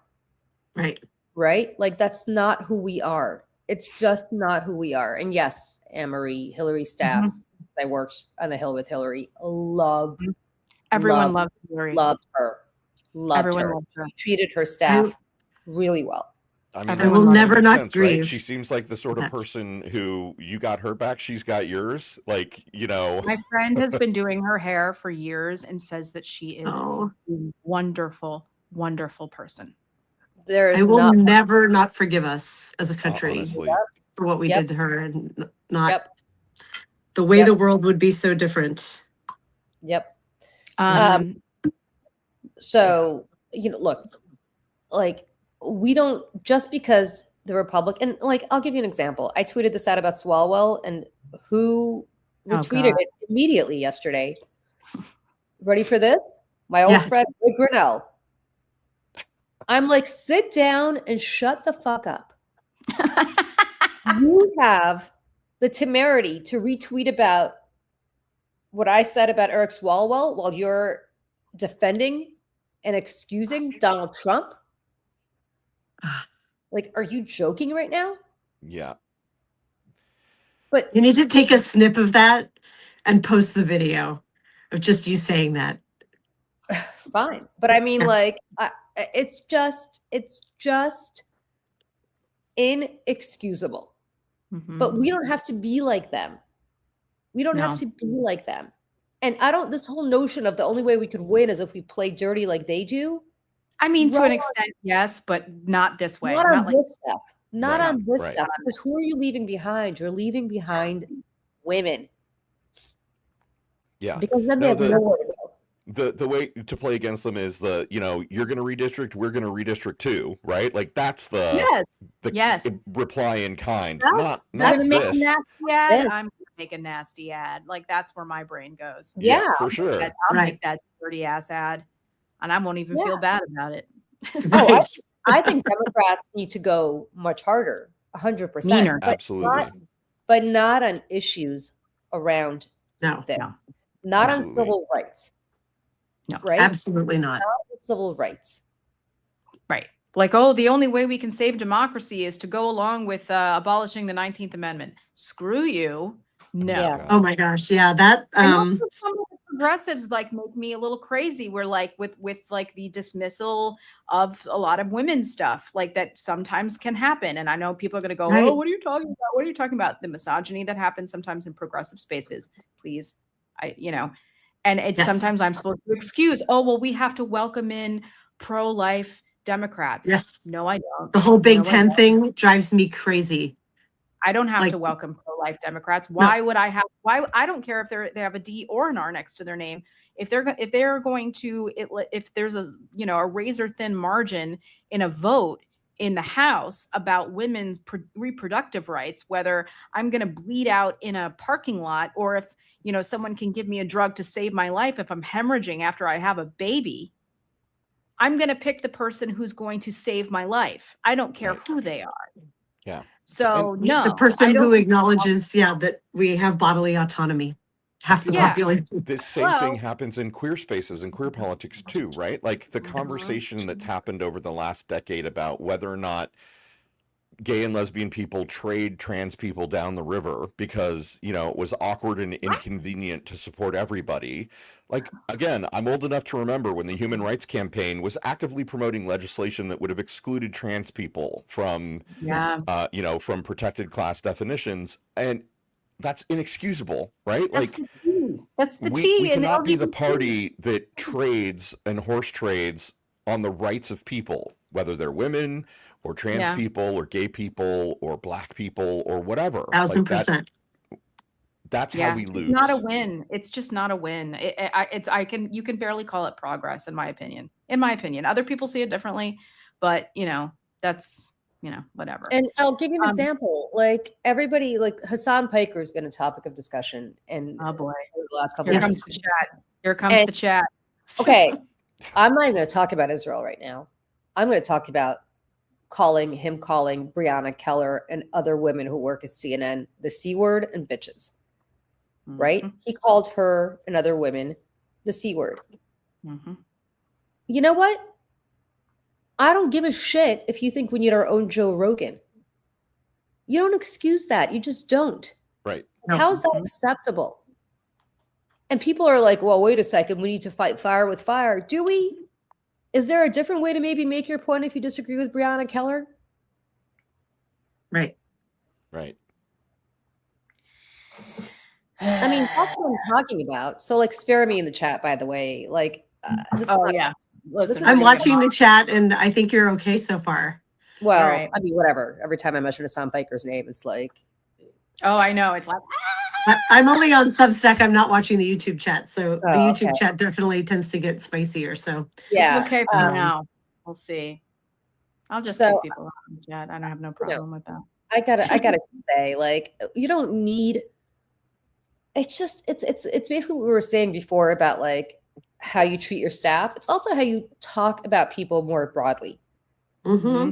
I have spent my career talking out loud, as have you guys, right? Like you host a show every day. Michelle and I host a show almost every day.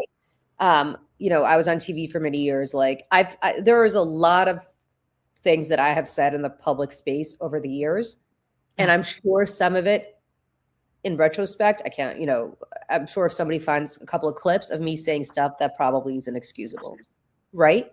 But the reality is that, first of all, if somebody brought that to my attention, I would apologize for it. If I made somebody feel personally unfair, it doesn't mean you can't criticize people. Just you don't call women the C word. Right. And you don't excuse misogyny, assault, and harassment on the left just because the right does it.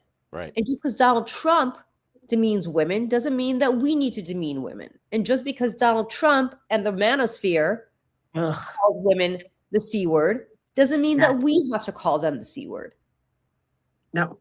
You just don't. You don't need to. Also, women like that's the other thing too. I was like, women, we don't need to continue to carry the water for the patriarchy. We don't have to do that. You don't have to do that. Why are you taking a chain and wrapping it around your leg and to the manosphere cinder block that it is and allowing yourself to drown to the bottom of the ocean? Don't do that. Don't do that. The C word is common in England. Hassan Piker is American, so I don't want to hear it. Like, I get it. I get that it's a word that people in England use in a different way, the same way they refer to cigarettes as, you know, they call them fags, which is what you call us in England. Like, you don't use that word here because it's different. It's got different connotations. Yeah. Right? Connotation is everything, you guys. Connotation is everything. If I'm in London and I say to somebody, well, I don't smoke, but if I were to say to somebody, could I bum a fag off of you? I think they'd know what I was talking about. They'd know I was talking about cigarettes. If I say that in the United States, it's a very different connotation. Yes. And the same thing in England. I can't speak for how people in England refer, you know, different. Yeah. But Hassan Piker is American, and he knew exactly what he was doing when he was calling Breonna Keller that name and other women at CNN. Not called Jake Tapper that. He didn't call Wolf Blitzer that. Right. He called Breonna Keller that. Right. There isn't even a significant enough expletive equivalent for the masculine because of how we denigrate women. Like if you call someone a dick, it doesn't have the same hate punch. No, it's not. Absolutely. It really doesn't. What word applying to white straight men is as bad as the N word or the C word or the F word or there isn't one. You would call them the P word. I think and that, by the way, which is it's because you're equating them to a woman, right? That's the insult you would give to them. Is to you throw a ball like a girl. It's like, okay, well, I throw a ball really well. So what does that supposed to mean? Can I tell you something about the P word, by the way? Calling men, say it like, can we just say pussy? I mean, Donald Trump said it and he still got elected president. Like, he's a pussy. You only wish you had the power that women, we push people through that thing. Right. Yeah, exactly. Yeah. Like, really? Baby. You want to talk about strength and and then it goes back to its original form. Yeah. Like my friend and then it snaps back into place. More or less. You guys bitch when you have to put a little pebble through your penis when you have like a stone you have to pass through there and it's like the end of the world. Oh my God, have done. Yeah. It was the end of the world, Ken vouch. That's right. That's what I'm saying. Well, think about pushing a 8-pound baby to that. I think about that often. Or even if you've had an IUD, this has actually been a huge topic of conversation in headlines lately about pain management for IUD insertion. Yep. Yes. If you've ever been somebody who's had to do that, all they do is tell you to take a couple Motrin. before you come in. Take a deep breath and a couple Motrin. I was in so much pain. I threw up. Ooh, I really? threw up. Yes, Sorry, it was Michelle. so bad. And like, yet if you were a man and you're having any procedure done, they're like, oh, would you like anesthesia? Would you like anesthesia? Mm-hmm. You know, From a would you like linguistic yeah. Yeah. Yes. And I am glad to see I'm starting to see articles like maybe women do need pain meds when they get IUDs or like uterine scrapes. And yeah. we tend to get nothing. Yeah. We're tough and bitches. right. And I'm just thinking, like, I'm such a word nerd that like pussy has come to mean weak, right? You're such a pussy. But like we all use this language. That takes balls means that takes a lot of strength and bravado. And I'm like, you graze a testicle and the man is on the floor. Right. Like, how did the language get so reversed? Right. It's the whole Greenland Iceland thing. Right. It is. Oh my God. It is 100% the Greenland Iceland thing. Lawrence. Oh my God. But it's so tied to gender and how we use language. And also, I'm still thinking about what you were saying, Michelle, about like, don't shackle yourself to the patriarchy, ladies. We don't need to. Because I saw a story in the New York Times this week that was I talked about on Fucked Up Friday yesterday on the Daily Whatever show, and I won the competition. The story was just called "The Women Who Don't Think Women Should Have the Right to Vote." The New York Times ran it, and it didn't really make much of a splash. I don't even know if you all saw the story. I did a mini rant about this late yesterday on Notes on Substack of just like, to their credit, they weren't saying we should lose the right to vote. Uh-oh. Bye, Michelle. Bye, Michelle. I think we lost Michelle. I don't know what happened. This topic upset her so much she just disappeared, you guys. Well, we talk. The Times has been making some very curious anti-women decisions. They're taking the word feminist on really hard and not in a good way. And when you run a story, like, it's important to know that this phenomenon is catching air, right? And the story makes it clear. They quote professors like, this used to be a fringe point of view in the manosphere that is now no longer in the fringe, that people are just actively talking about it and normalizing it.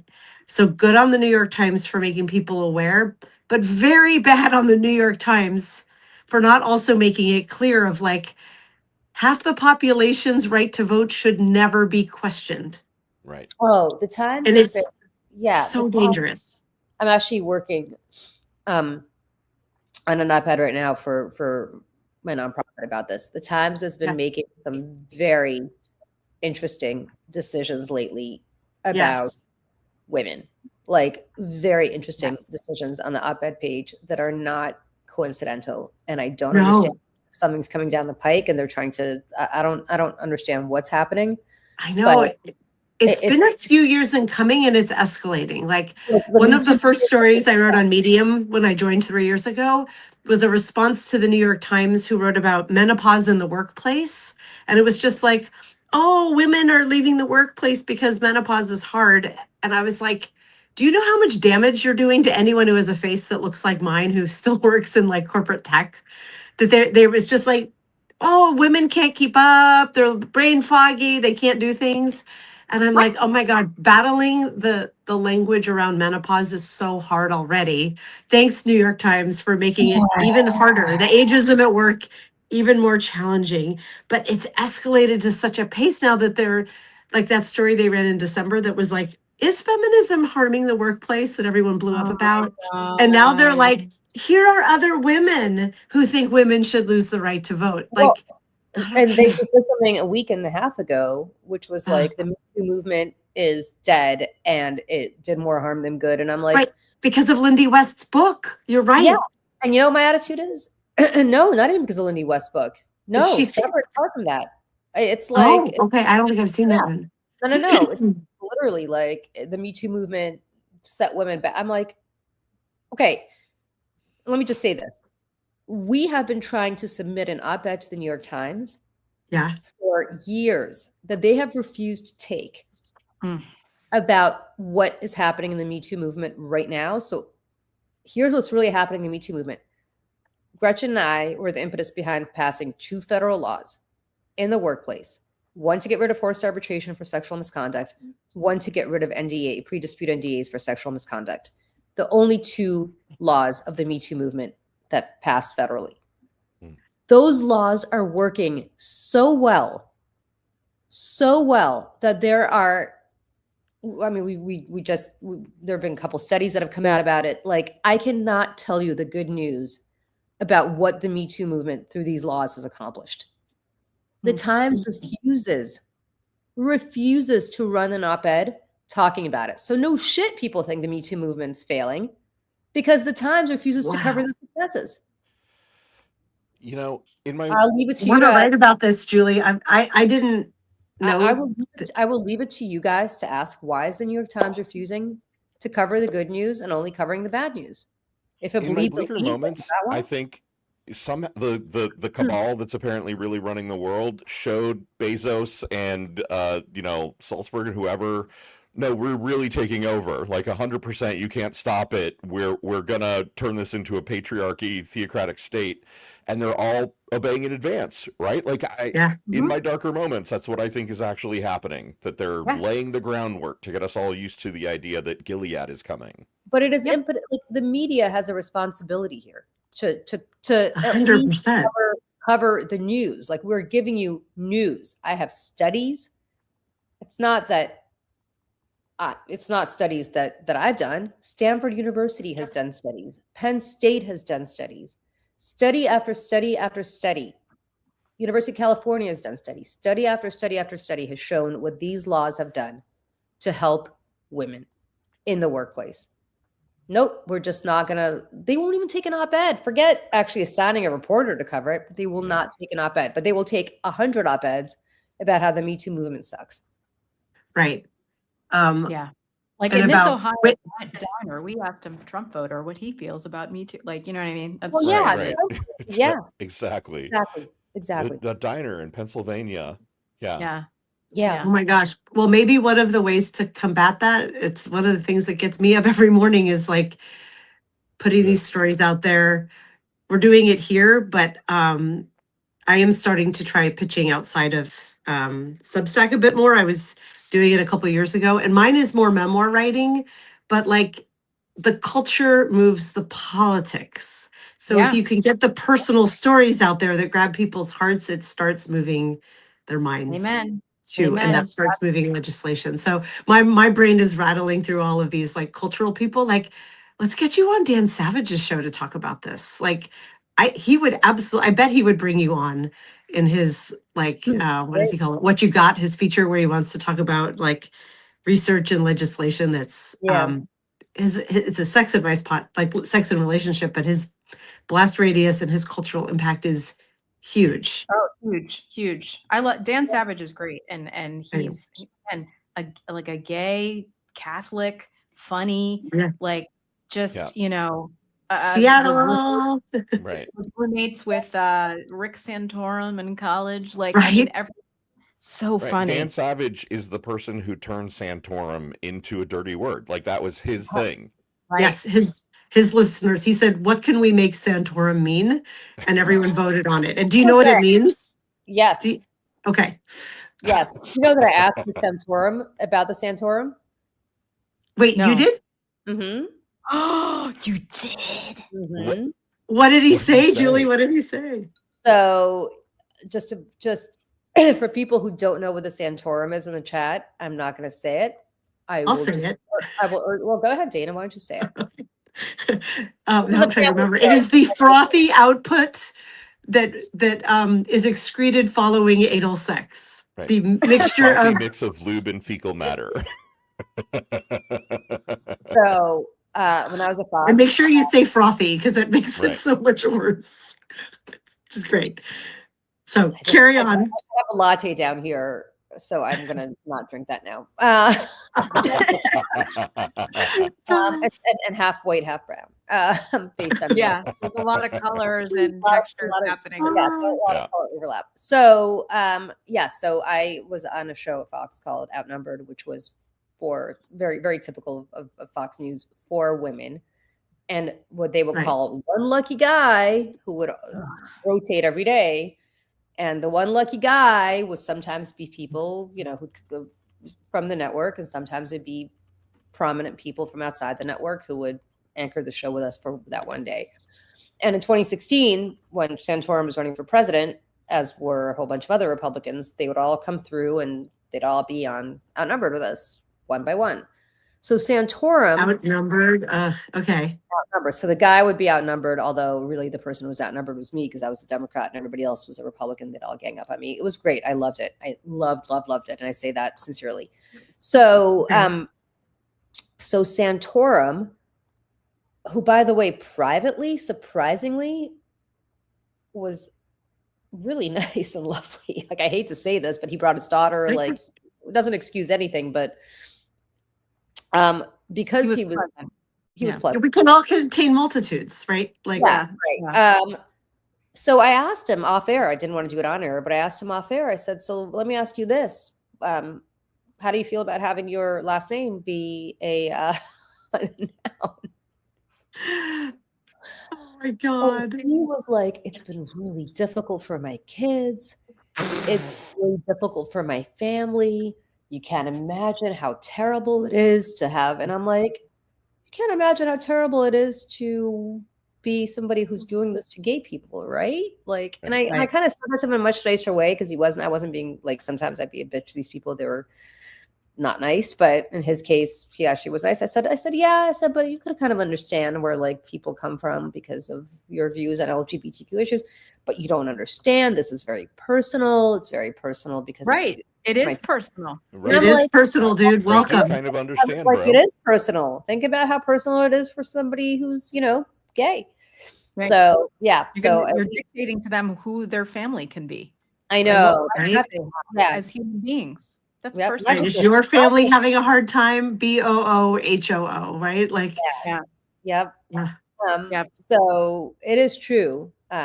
Familiar Bastion, nothing matters unless it's personal to them, which is why Dan Savage is so good in what he did. And Julie, you are my hero. Like, not all heroes wear capes. Like, thank you for your service and asking him that question, because it delights me to know that you did that. Well, it should delight you that it actually really bothered him.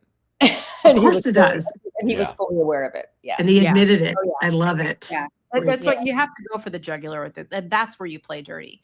And the last thing, because I know we're running late here, but I mean, it's great. I mean, everything's awesome because I love this show and I love the two of you and everything's awesome. Honestly, I could talk to you all forever, except I know I could do this all day. I wanted to show one last thing, and I'll give you a choice. I'm going to vote for the Pete clip, but Pete handed Joe Kernan's ass to him on Squawk Box. Yes, and I think show it.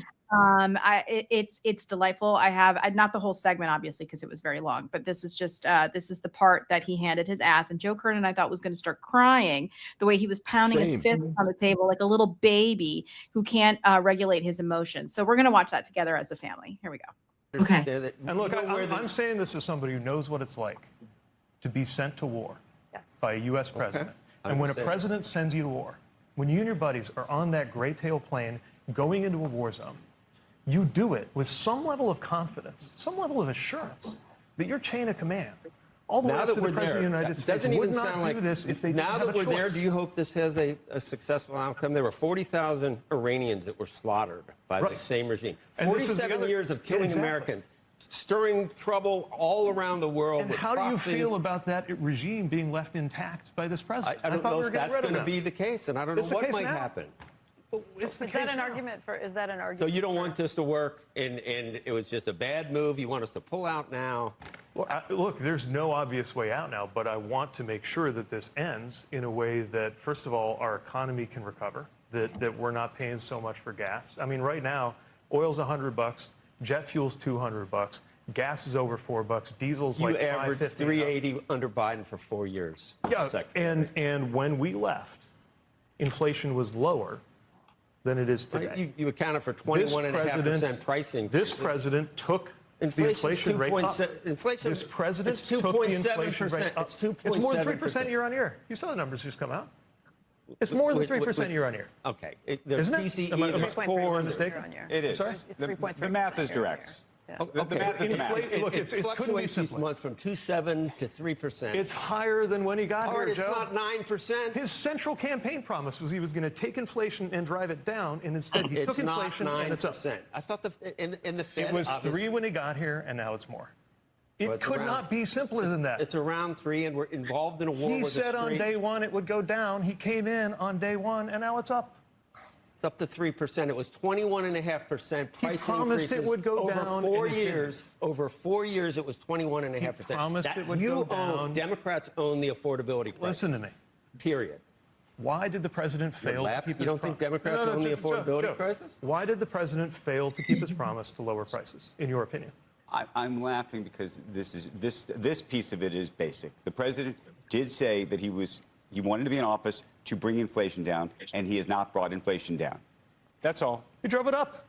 He not only failed, he drove it up. Mr. Secretary, let's talk Tariffs a little bit. have had a minimal effect. You tell a family where I live that $1,000 per household is minimal. From the 21.5% increase that the Democrats. No, we can argue all day about just how bad COVID was and how bad it got and what it took back from that. But you call it $1,000. Where I live, $1,000 per household isn't minimal. Now Democrats found religion on inflation. After presiding over the worst inflation in 40 years, now you found religion. It's 2026. They're in charge. You guys are in charge. I'm aware of that. What are you going to do differently?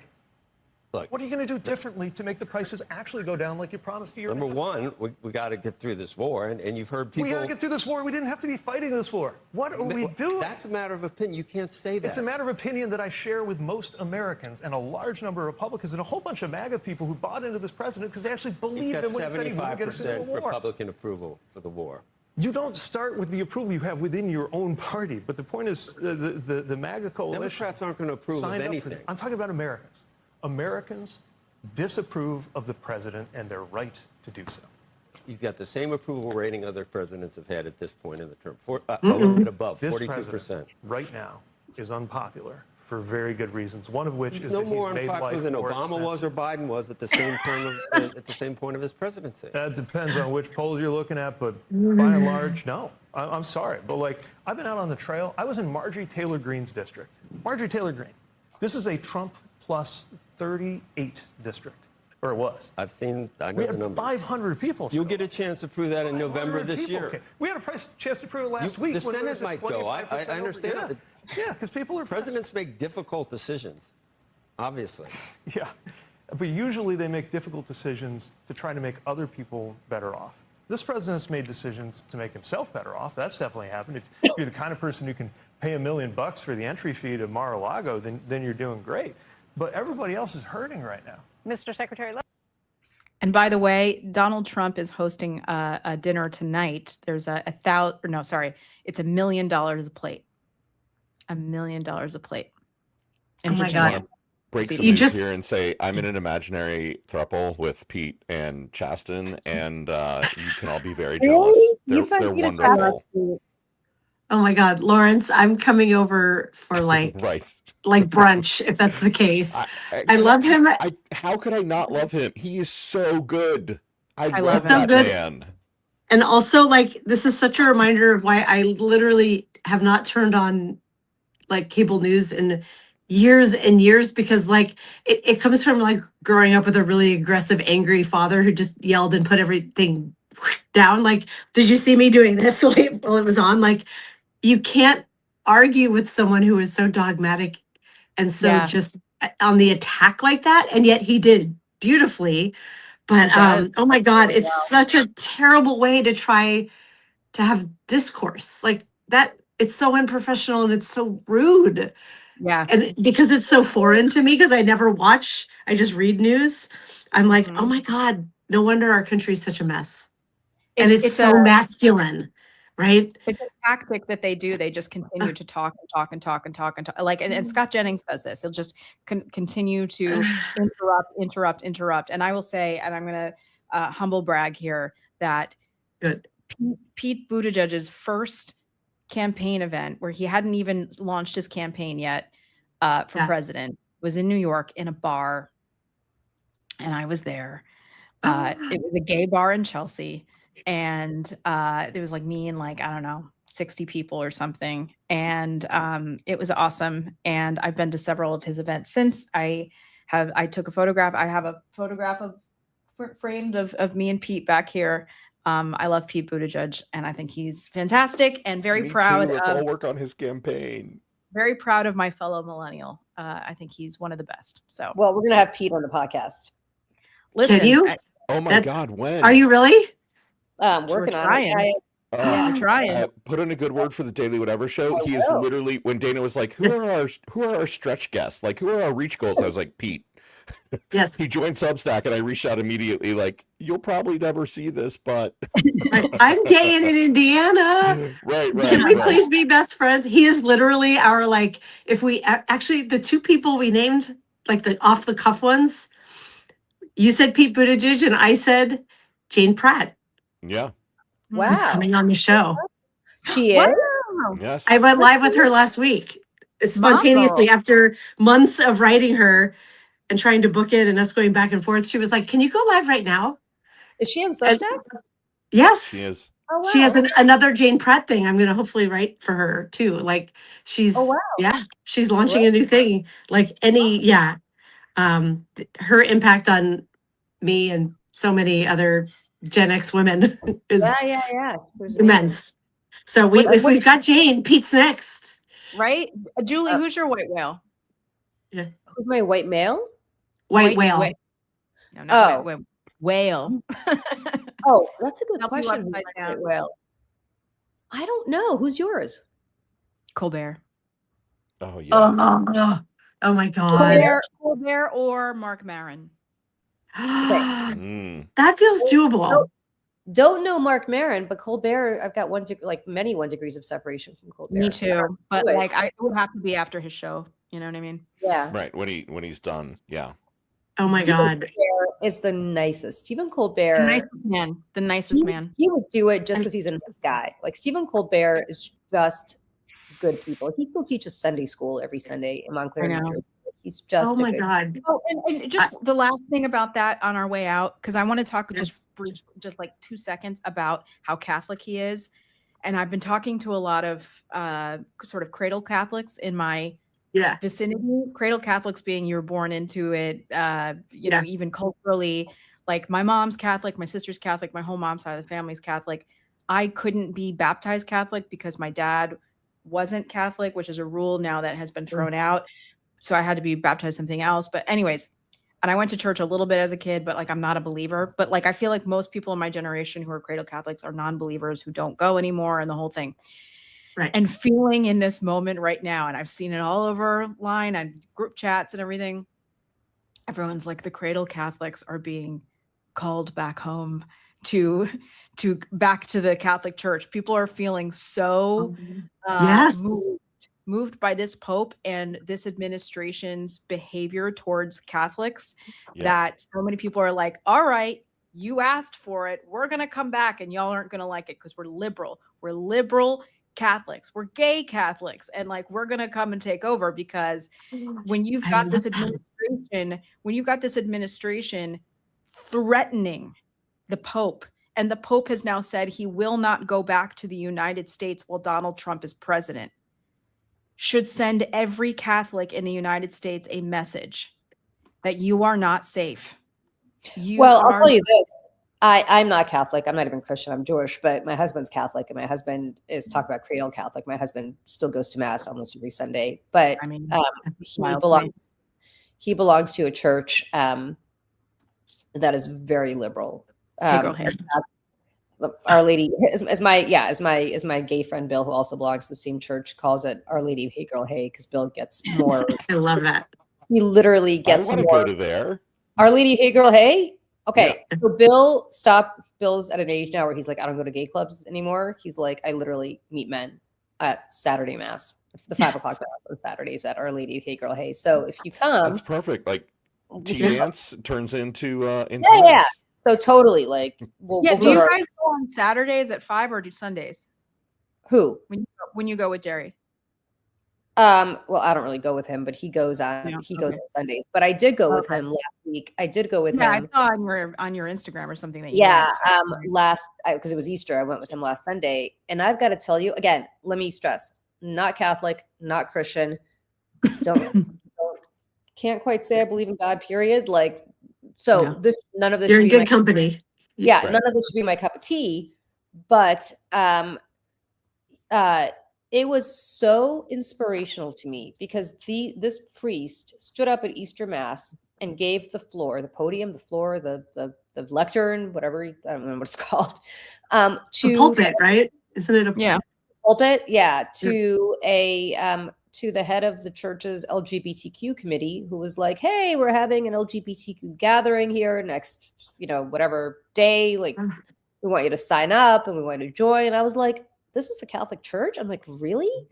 And then he gives this homily, which wasn't, it was about Easter, but didn't really have much God in it, but really talked about social justice. And I was like, what is going on? I mean, this church is in New York City, and it's yeah, I mean, it's the exception to the rule. I mean, I've been to Catholic churches in rural Virginia, and it's not like that. Of course, yeah. But I have to say, like, this is a church that I could totally get behind.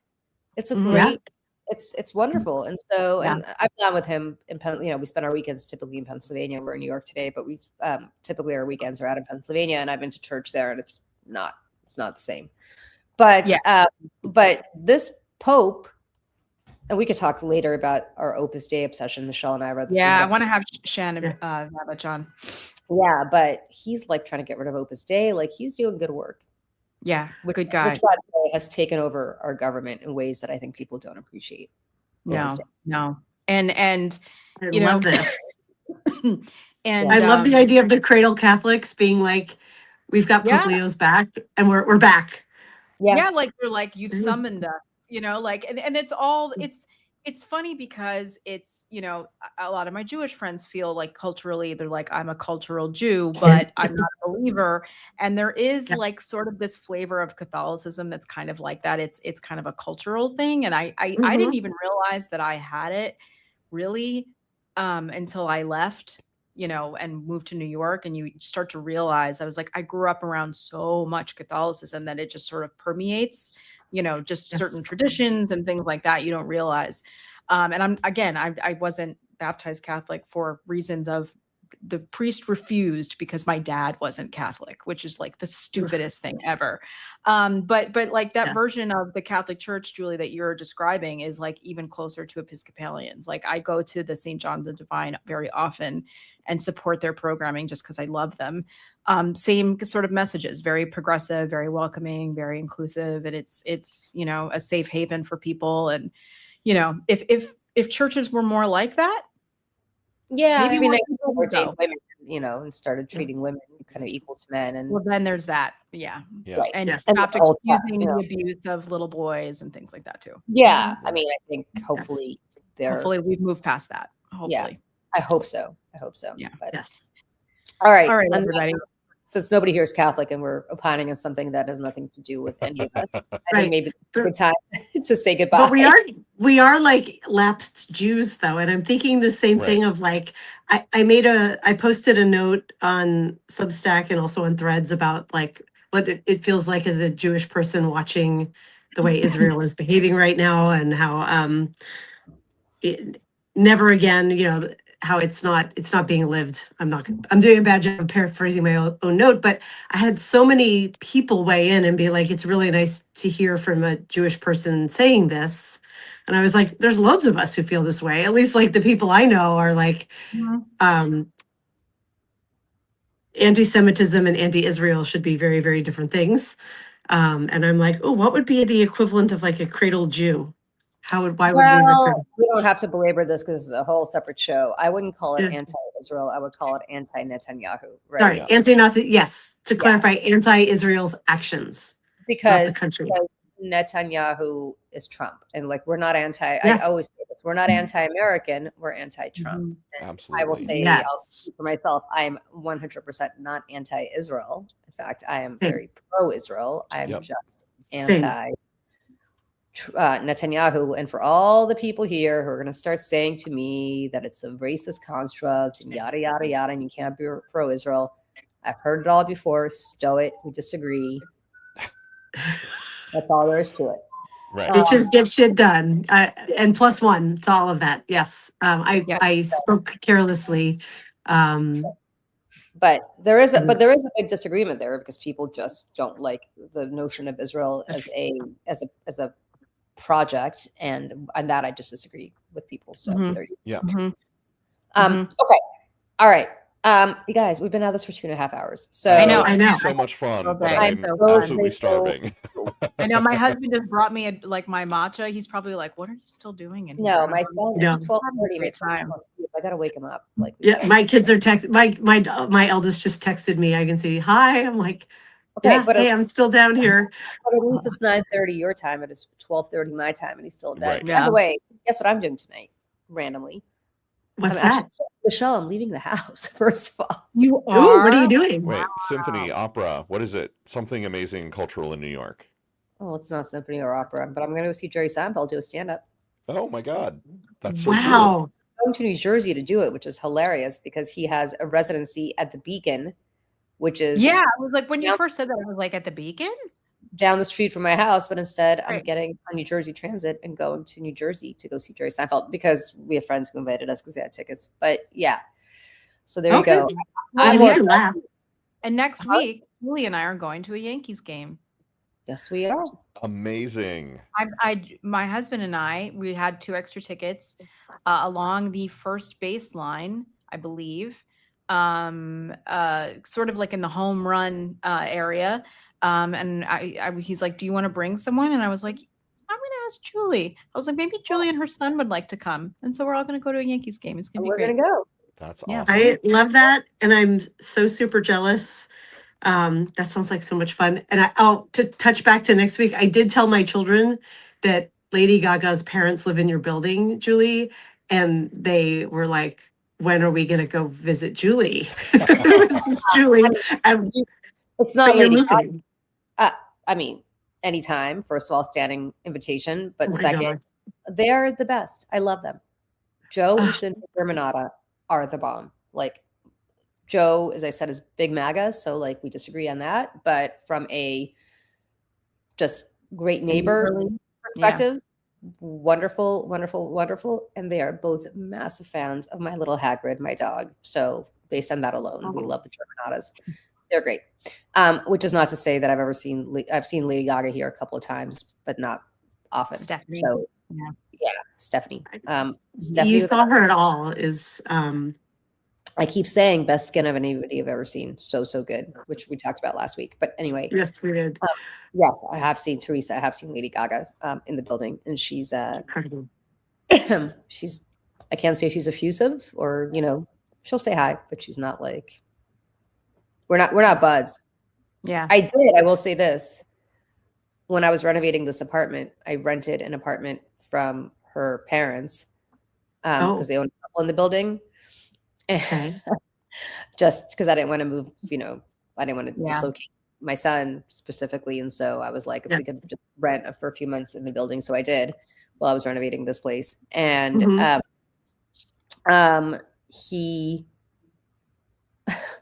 I walk in there and there are 2 massive thrones, like Henry VIII type thrones. And he's like, "So do you want to keep these here? Should I move them?" And I was like, "Yeah, I really can't use these. So you might." He's like, "Are you sure?" I'm like, "Yeah, I don't know, Joe, what I'm going to do with 2 thrones. Like, it's just not." Oh my God, sit in them. And well, so I have a great picture of my son sitting on this throne. But he's like, "So I guess I'll send this to my daughter in LA." I was like, "I think that probably is for the best." But I'm like laughing because I'm like, "What's with the thrones?" And I love that his first instinct is like, clearly Lady Gaga needs these. Right. Well, no, I think they were hers. I think they were using that apartment because it's not their main apartment. As I said, he owns a couple in the building. I think they were using it almost as storage. Yeah. I was like, yeah. So I was like, but where were these thrones for? Like, what was the original use of these thrones? Right. Like, were they for a music video or something? Please go find out. Music video. Yeah. No, because the music video, I assume there's you rent them or they're storage. Yeah, or no, something. I know. Right. Yeah, they're Yeah. obviously use to the Right. family in some ways. And I was like, but what's with the thrones? Like, and they're not like pretend thrones. I'm talking about legit Real. Henry VIII sitting eating a drumstick.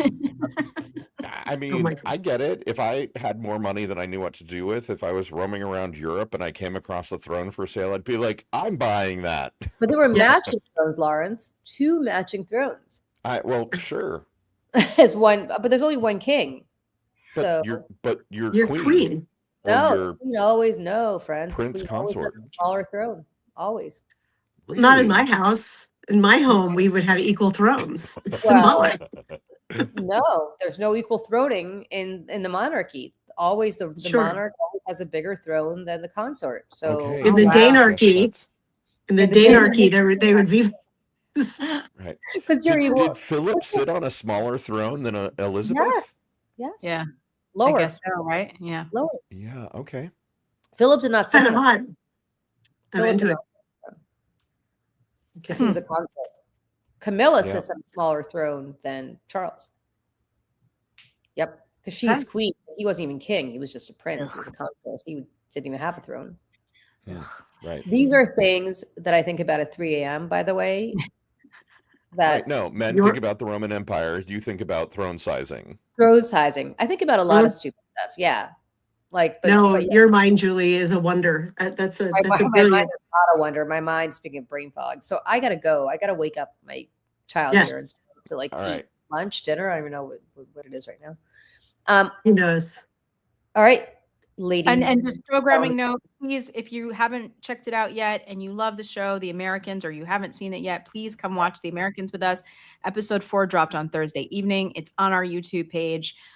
Go watch, join us. We got lots of experts and fun people doing that with us. Otherwise, we will see you back here soon. Lawrence, Dana, thank you so much for being here with us. Julie, you have a great day. fun. Like and subscribe, not only to the Mayday Network, but to the Daily Whatever Show.